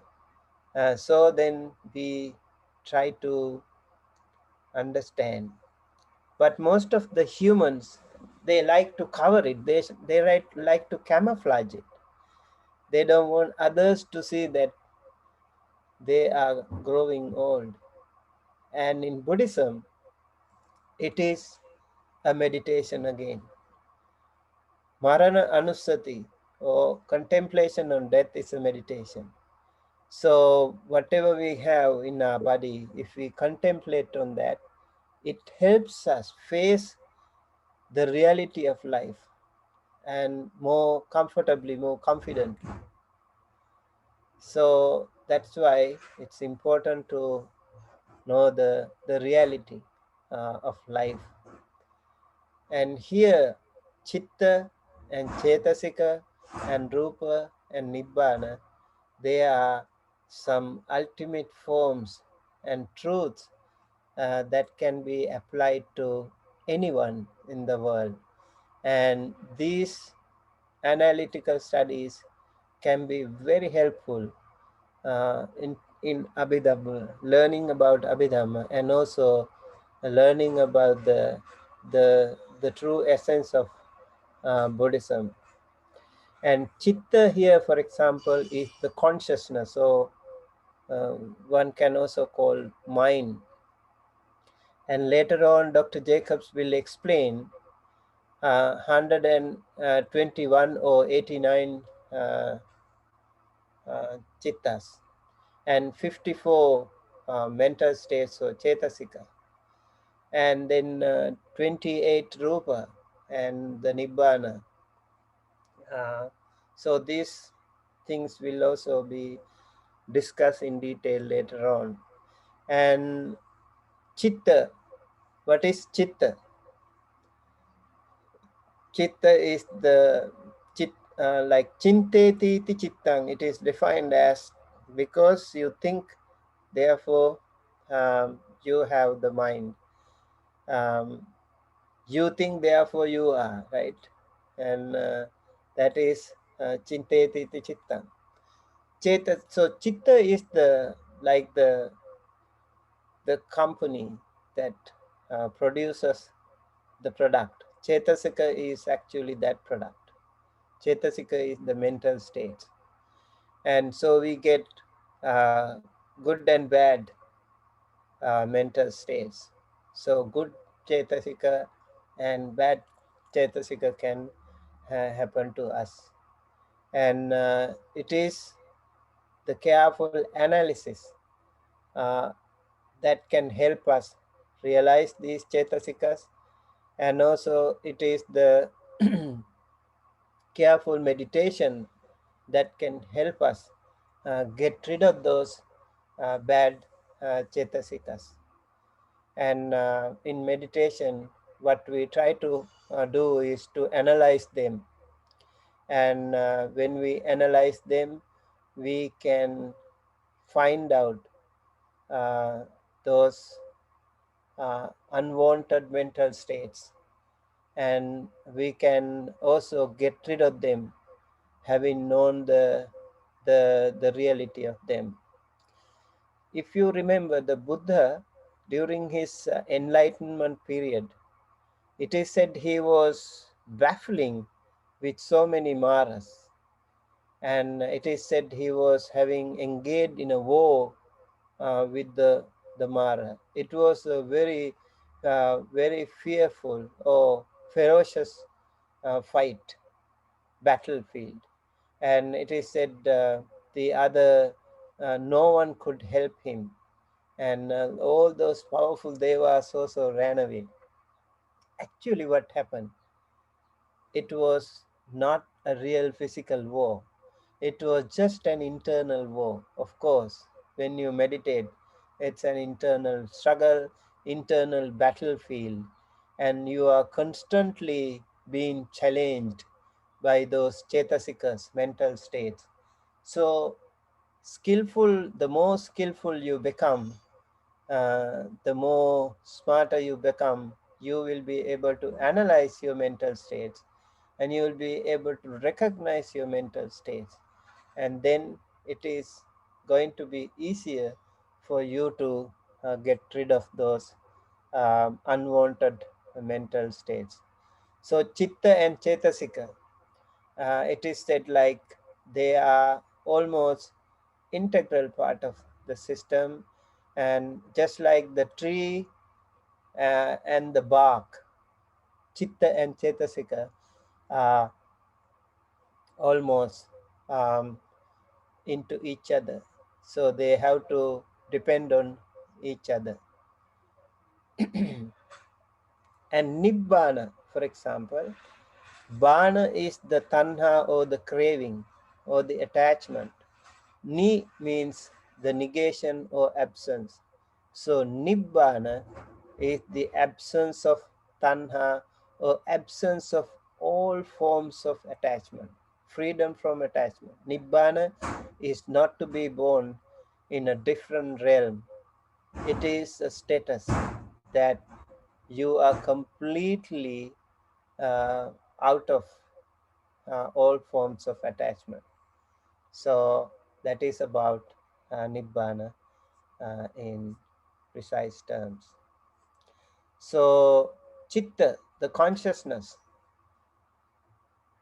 that is awareness of objects. It is conscious aware of object.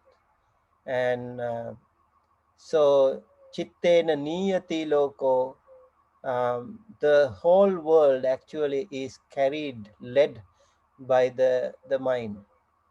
Mind is really important. In the Dhammapada, it says, Mano pubbangama dhamma, mano settha manomaya, manasache paduttena bhasativa karotiva, tatonan dukkhamanveti chakkanga bhato padam. Mind is chief. Mind made are they. Mind is the forerunner of all evil states. And everything is mind made. Whatever we create in this world, they are first created in the mind. And then the plan comes out outside. And do you see these massive structures, all those infrastructure facilities, they are first mind made. Although we say made in America, made in China, or made in Japan, they are actually made in mind. So mind is so powerful and so important and so beautiful too, very creative too. And the power of the mind is so amazing. And that's why those people who meditate, they can use that power into greater benefit. And if you misuse it, that can also be used to greater harm to the world, like how people have introduced mass destruction, use these weapons and all. They are not going to help our humanity, and it's not going to help our earth. It's going to destroy many of us.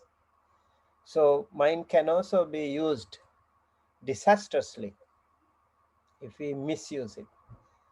And only very few people in the world have really mastered the mind and have used that mind to greater benefits of the world. I would say, like, the Buddha definitely has mastered the mind. Those great arahantas or the liberated ones have mastered their mind. And also the other religious founders, like all the great religious leaders, they also have mastered their mind to greater benefit. They are they have been very kind to humanity. They have done so much good for the benefit of the others. They wanted to unite the people, not to divide the people. They wanted to um, stop war. They wanted to have peace among humanity. These are all wonderful, beneficial, and very good activities for the benefit of the world and the humanity. But maybe we have not read their mind, so we took religion also in a different sense, like uh, like a double-bladed sword. It's like a double-bladed sword, and it's like a snake. If we take it in the wrong way, the snake will bite you back. So it's important to learn about the chitta, the power of the chitta. And in Dhammapada, there is a separate chapter for chitta. Um, in many suttas, we can find more about the chitta, and we will learn more about that too. So 89 classifications or 121 classifications are there, and then associate Dhamma and Jhana, and also how they are helpful to receive the Magga. And this is how we find the Chitta in 89 or 121 categories. Kama Vachara 54, Akusala 12, Ahetuka 18, Kama Sobhana 24, and then Akusala 12 is divided into 3, Lobha Mula 8, Dosa Mula 2, and Moha Mula 2. And then Akusala is, okay, this one Kama Vachara means they are something to do with the the desire, or this mundane world of desires. And akusala is unwholesome. Kusala is wholesome. Then the ahetuka and the kama sobhana, they are the other parts of the 54. Lobha mula is the mula, again is the root. Lobha is the greed. So something to do with the greed. Greed is more dominant here. And dosa is anger. Anger is more dominant here. Moha is ignorance. Ignorance is more dominant here. So lobha, dosa, moha, they are consisting of the akusala, 12 akusala chittas. And then ahetuka chittas, akusala vipaka 7, kusala vipaka 8, and kriya 3. So akusala, again unwholesome, vipaka, they are the resultant. And kusala is wholesome, vipaka, and kriya is just the action. For example, it is said the arahanta persons, or the liberated ones, they have only kriya chitta. Because even if they actually offer flowers to the Buddha or something, it doesn't generate any good karma for them, because they have stopped, they have decoded the circle of transmigration. Therefore, they don't generate any karma anymore. They have stopped creating karma or sankhara. But we create karma. And through the 5 faculties, or let's say 6 faculties, when we see something, we judge. We think it is good or bad. When it is good, we feel happy, and we have lobha, or greed or desire. And if we don't like, if it is unpleasant, then we feel angry, or that generates dosa or anger. So all the time, when we hear something, if we are happy or if we are angry, so we create karma. We generate karma. And if we smell, if we touch, if we taste, if we think, all the time we generate karma. And that is why we actually create karma or sankhara. We accumulate sankhara. And that is why we cannot get rid of this sansaric circle. We are kind of messed up with the labyrinth of this sansara. We are inside the whirlpool of this sansara.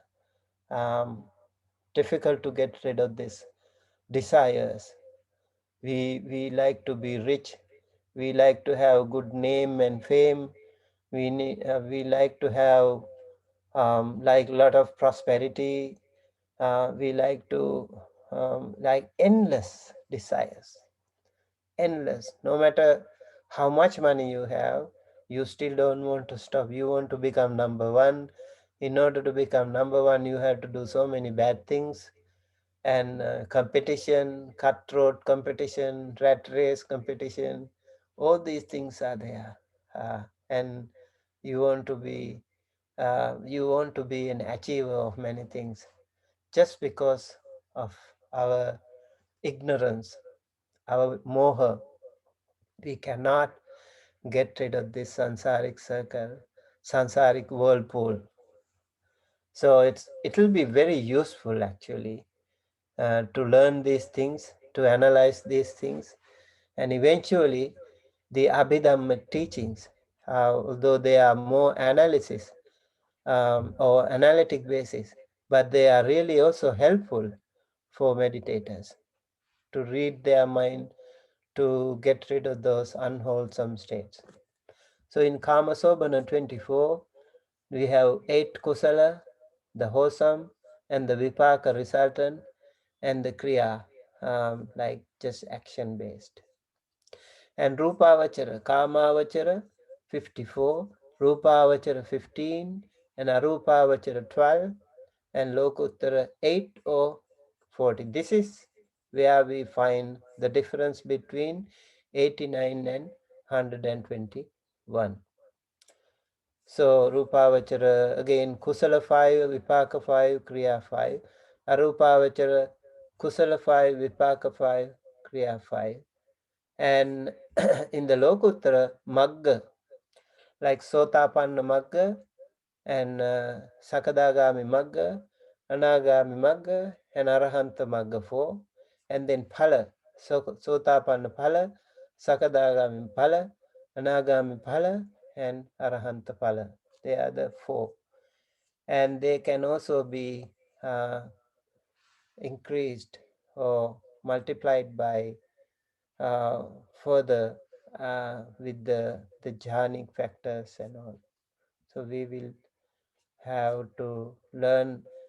Somebody asked me, I think it was, yeah, some of you, I remember somebody asked, what are the things that you need to remember? Definitely these words. I would say these words will be very helpful for you to learn by heart. Just be familiar with these things when you learn Abhidhamma. These are the very basic things, technical terms that we need to learn. Dr. Jacobs will explain much more these things later on, maybe tomorrow. So the Kama Vachara 54, they are chittas that frequent Kama plane are called Kama Vachara. Kama Avachara. So consciousness that frequent the plane of sensual pleasures. Kama Avachara means sensual pleasures. And the Kama Avachara Chitta is first classified into 3, Akusala, Ahetuka, and Sobhana. Akusala, as I mentioned before, it is Kusala or Na Kusala. Kusala is skillful or smart, or also can be meritorious or wholesome or moral. Akusala is the opposite. So all types of akusala are with fault, and it doesn't bring good results. Akusala consciousness is classified into 3 types of means: Lobha Mula, Dosa Mula, and Moha Mula. So Lobha Mula, attachment rooted consciousness. Dosa Mula, hatred rooted consciousness. And Moha Mula is delusion rooted consciousness. And so we can see sometimes when we have Lobha, it is little easier for us to recognize because we have that stingy feeling. We don't want to give it to others. Dosa Mohala is angry. So we know when we are angry, how we internally we change. It can also be visible externally. With your eyes may be red, or maybe your face change the color, or the face value may be different. People can see you as an angry person, so it's little easier. But moha is the one we have to be really careful, because it is delusion. It is delusion rooted consciousness, and we really don't know what happens to us when we are dominated by the moha. So it's important to remember that too. I think in some of my sutta classes I mentioned there are 3, the Buddha said there are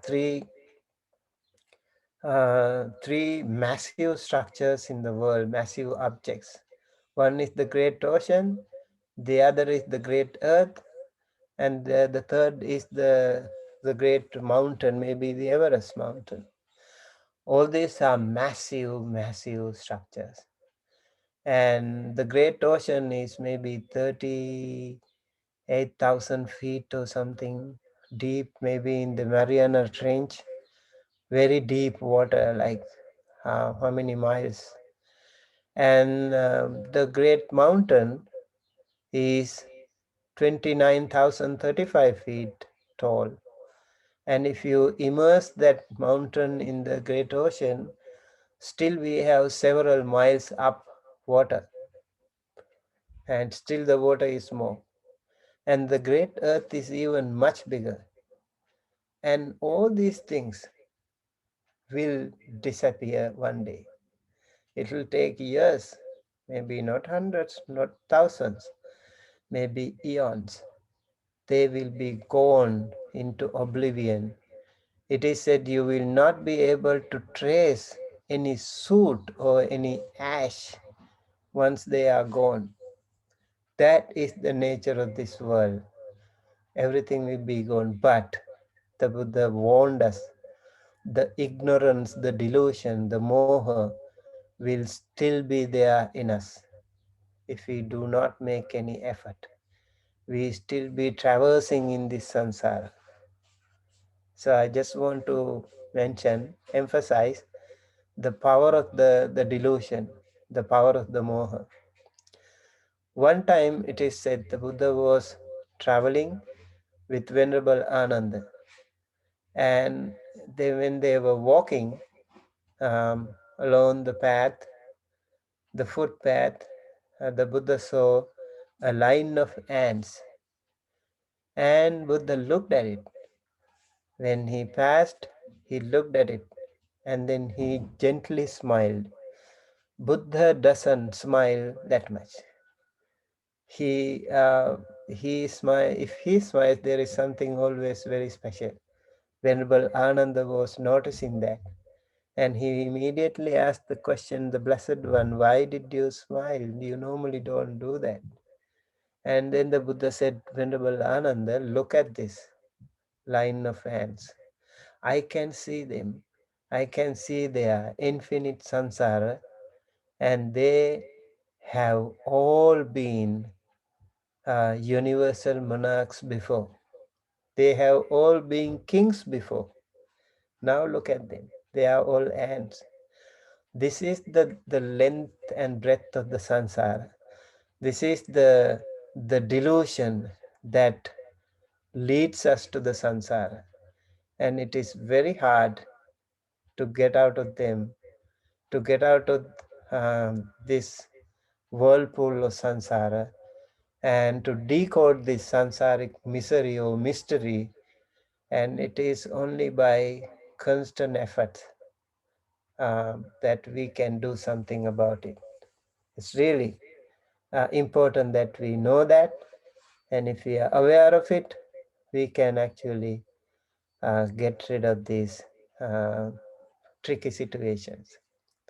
Lobha Mula, the consciousness that is rooted in attachment, that is called Lobha and Mula. Lobha is greed, Mula is the root. All types of Lobha Mula are the same in nature of craving, but it is divided into 8 according to feeling, association, and promptitude. So again, Lobha Mula, and they can be twofold. And again, I just want to give you an example. For example, the mother is offering flower to the Buddha, and then she is asking her child to follow her. And so the child does that. Because the mother asked the child to do so, the child also offers flower. Or let's say like you want to offer something to a homeless person, and your child sees that, and your child also wants to do that. So we have 2 different situations. One, the mother is prompting the child to do something, and the second one is child is observing the mother and follow that. So what is the difference here? In this one we call it, actually it can be in the other somanasa sahagata, ditthigata sampayutta, asankarika sasankarika. This, I think these words are also important for you to learn. Somanasa sahagata is accompanied by pleasure, and ditthigata sampayutta connected with wrong view. So in the later on we find that chitta actually connected with the right view, accompanied by pleasure, connected with right view, and asankarika is without promptitude, and sasankarika is with promptitude. So when the child is offering something to the homeless person without mother being prompting him, and that becomes an asankarika chitta. And when the child is offering a flower to the Buddha, because the mother is prompting him, that is called sasankarika. Both of them are good, but the intensity is different. So lobha mula, again, this is how it is divided into 8. Feeling with pleasant, and then pleasant and neutral, and then association, wrong view, and with wrong view, without wrong view, and then promptitude, with, without, and with. Depending on that, we have 8. Somanasa sahagata, ditthigata sampayutta, asankarika chitta, and sasankarika chitta. So then somanasa sahagata, upekka sahagata, asankarika chitta, and sasankarika chitta. So samanasa sahagata, ditthigata sampayutta, and ditthigata vipayutta. One is somanasa sahagata, ditthigata sampayutta, asankarika chitta. The other one is somanasa sahagata, ditthigata vipayutta, asankarika chitta. And then we have somanasa sahagata, ditthigata sampayutta, asankarika, and ditthigata vipayutta, asankarika, sasankarika, and ditthigata vipayutta also asankarika, sasankarika. Same thing with upekka sahagata. Instead of somanasa, upekka sahagata, ditthigata sampayutta, asankarika, upekka sahagata, ditthigata vipayutta, sasankarika. So that way we have 8 in number. Maybe you can write down. Maybe you can learn these things. Try to be familiar with those terms. And dosa mula is the feeling, association with hatred or anger. Same thing like before, ill will. Without ill will, with ill will. Dr. Jacobs will give you more examples later on, and just giving you an introduction to these, and so you will be more comfortable. Okay, I heard these words before, so maybe your mind will be little comfortable in listening to them. And then again, the other one is moha mula. Moha is the ignorance, and indifference connected without doubt, with doubt, and connected with restlessness. So with doubt, moha or ignorance always can be with doubt. And when you have doubt, you are not at peace. You can always be restless. Okay, so it's important to know the function and features of this. So vichikicha sampayutta is connected with or associated with doubt. Uddhacha sampayutta is connected with or associated with restlessness. Upekha Sahagata, again accompanied by indifference, in between.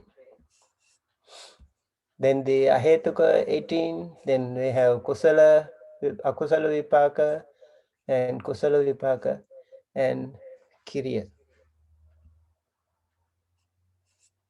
Okay.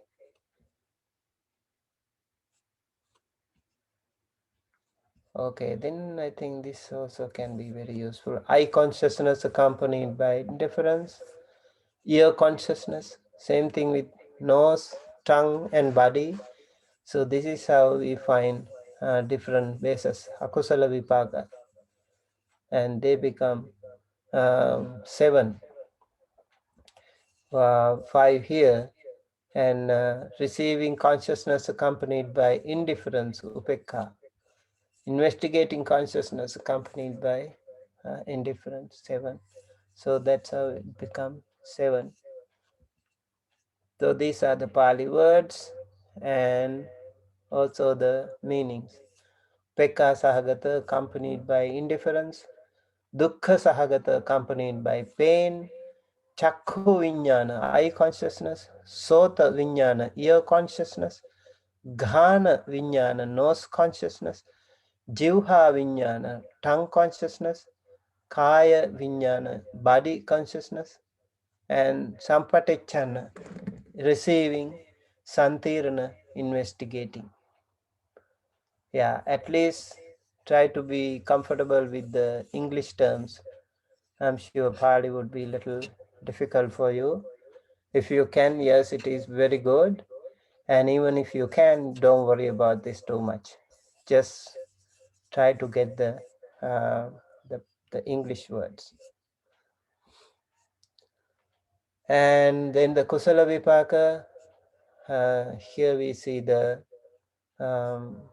good side again, the wholesome things. According to base, eye consciousness, ear consciousness, nose, tongue, body, they are accompanied by indifference and happiness. And according to function, receiving consciousness accompanied by indifference, investigating, and then investigating indifference and pleasure. And pekha and sukha. Sukha is happy, pekha is indifference or equanimity also. Then kriya, the mere actions, does not produce any effect. As I mentioned, the arahanta person or the liberated person has that kind of chittas, kriya chitta. So why do they use, like they want to bow to the Buddha, or they want to offer something, they want to help others? If they don't get any merit, then why do you do that? That is because they want to set an example, they want to encourage others, so that the other people also will be motivated and inspired, and they can also achieve their liberated status later on. Okay.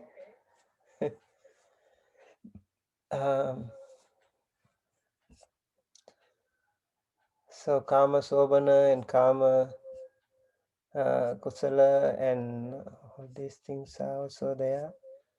So this is about the classification of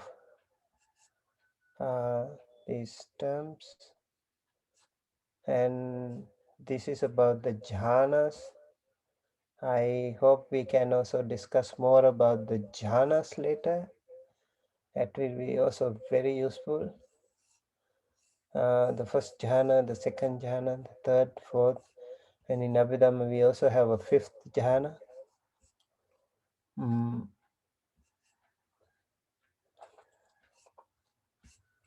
Okay, I think it's almost time, and I would like to stop here for now, leaving the forum for you to respond or to ask anything.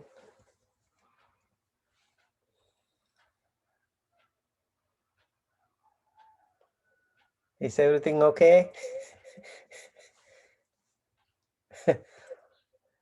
Yeah, I was trying to figure out how to formulate my question here. So, like on the chart on page 23 that you went over, it says Akusala 12, Lobamula 8. What are so in Kama Vachara is 54. What do those numbers represent? Oh, those are the numbers that we talked about, the 89 or 121 chittas. Okay. So they are parts of them. Okay. Just wanted to make sure I was following the graph or the chart properly. Thank you.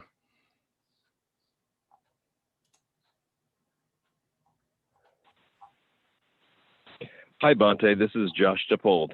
Thanks for teaching Hi. class. I was just curious if we'll get into, or the class will get into, why experience seems to have a central location, even though, yeah, so like the chitta, why does it seem to, all happen to me in one central spot, kind of the star of the show kind of experience? Would you mind explaining a little bit? Okay, so our experience seems to be with the 5 aggregates. Mm-hmm.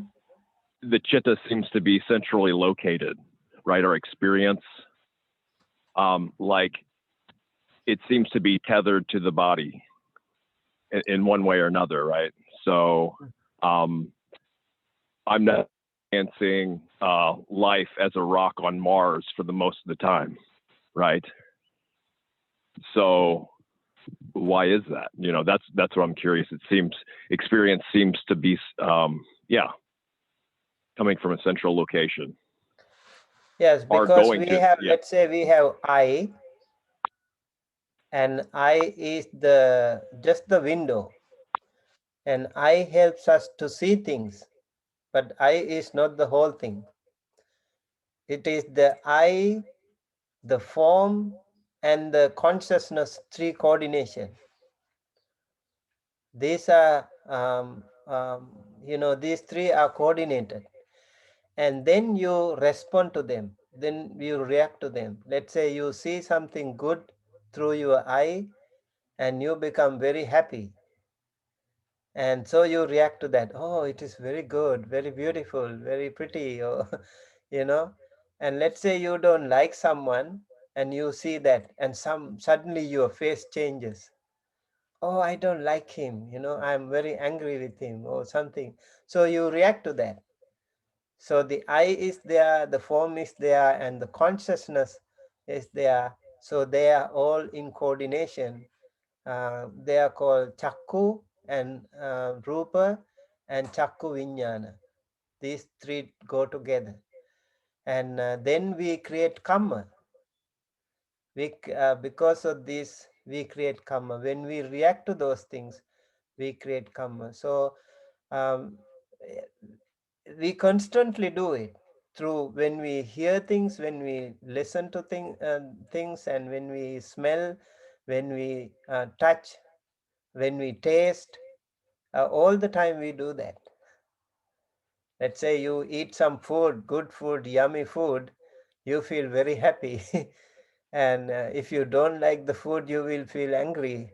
You will give a bad review to the restaurant. Right? So you react to those situations. But the liberated persons will not do that way.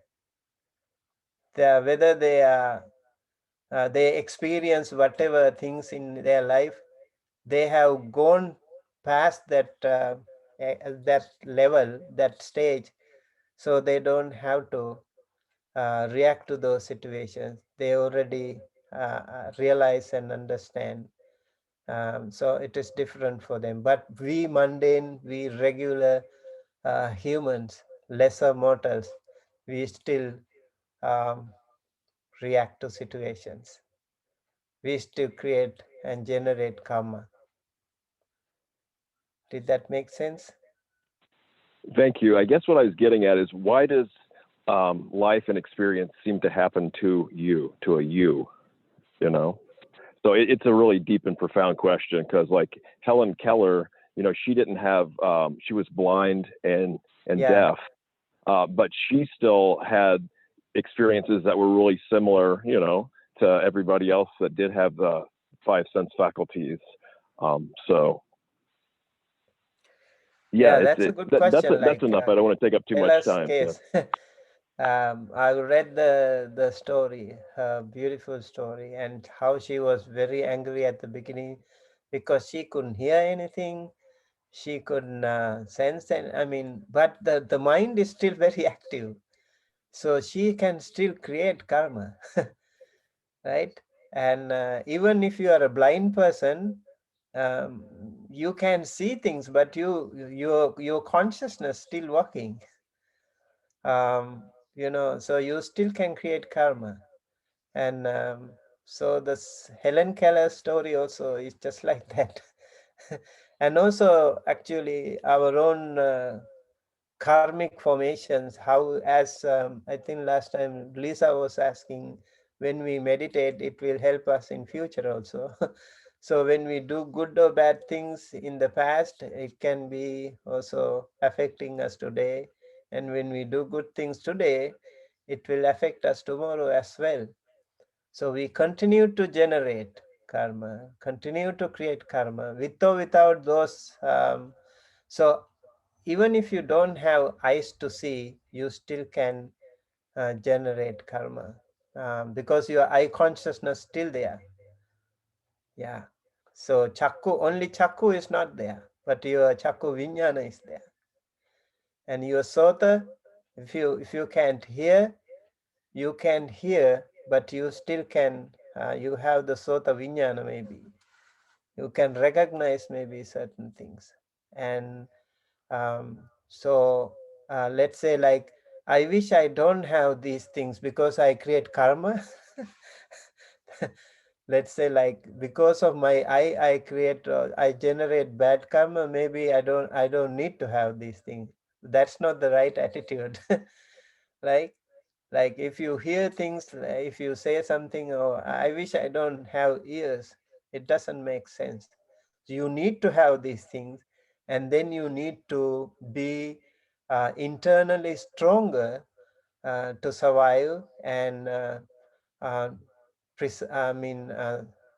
live in this real world, in the practical world, without creating bad karma. That is the smartness, that is the skillfulness. That is what we call kusala. We have to live in this world. Even though we meditate in the jungle, later on we have to come to the real cities. We have to live among our people. We have to listen to them. We have to see them, and still not being moved or not being perturbed by all those vicissitudes, ups and downs, good and bad, you know, happy and suffering. That's the theory in practice.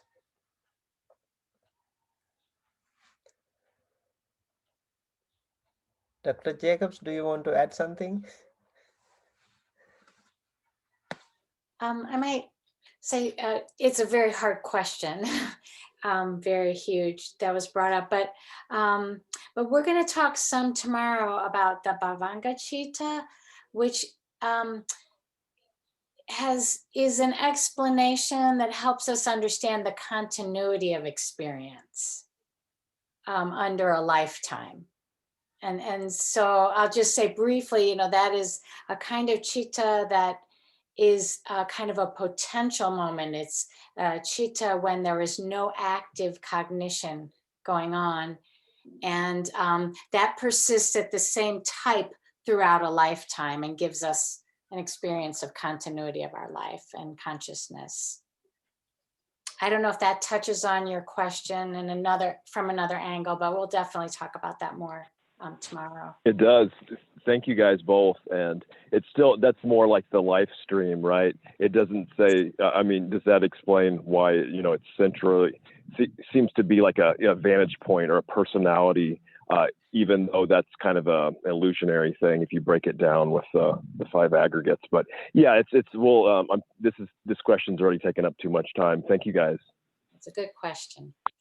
Yeah. Thank you. Thank you. Anyway, we will continue to respond to that also later on. Any other? I mostly just want to say that I think that and I can probably speak for some other people, that there are a lot of questions, but I think that they're going to be clarified a little bit later. I think Yeah. it's interesting to see the definitions of some of these things in more detail, but I know, you know, that would be my questions, but I think that's going to be clarified over time. Okay.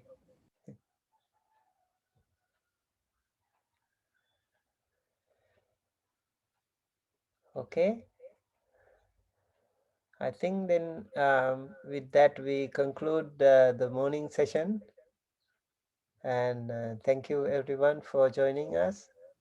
And the beginning of the session, I would like to ask Venerable Kongyang to say a few words about our next session. I think Venerable Abbot also wants to talk to our students. She can say a few words and then we conclude.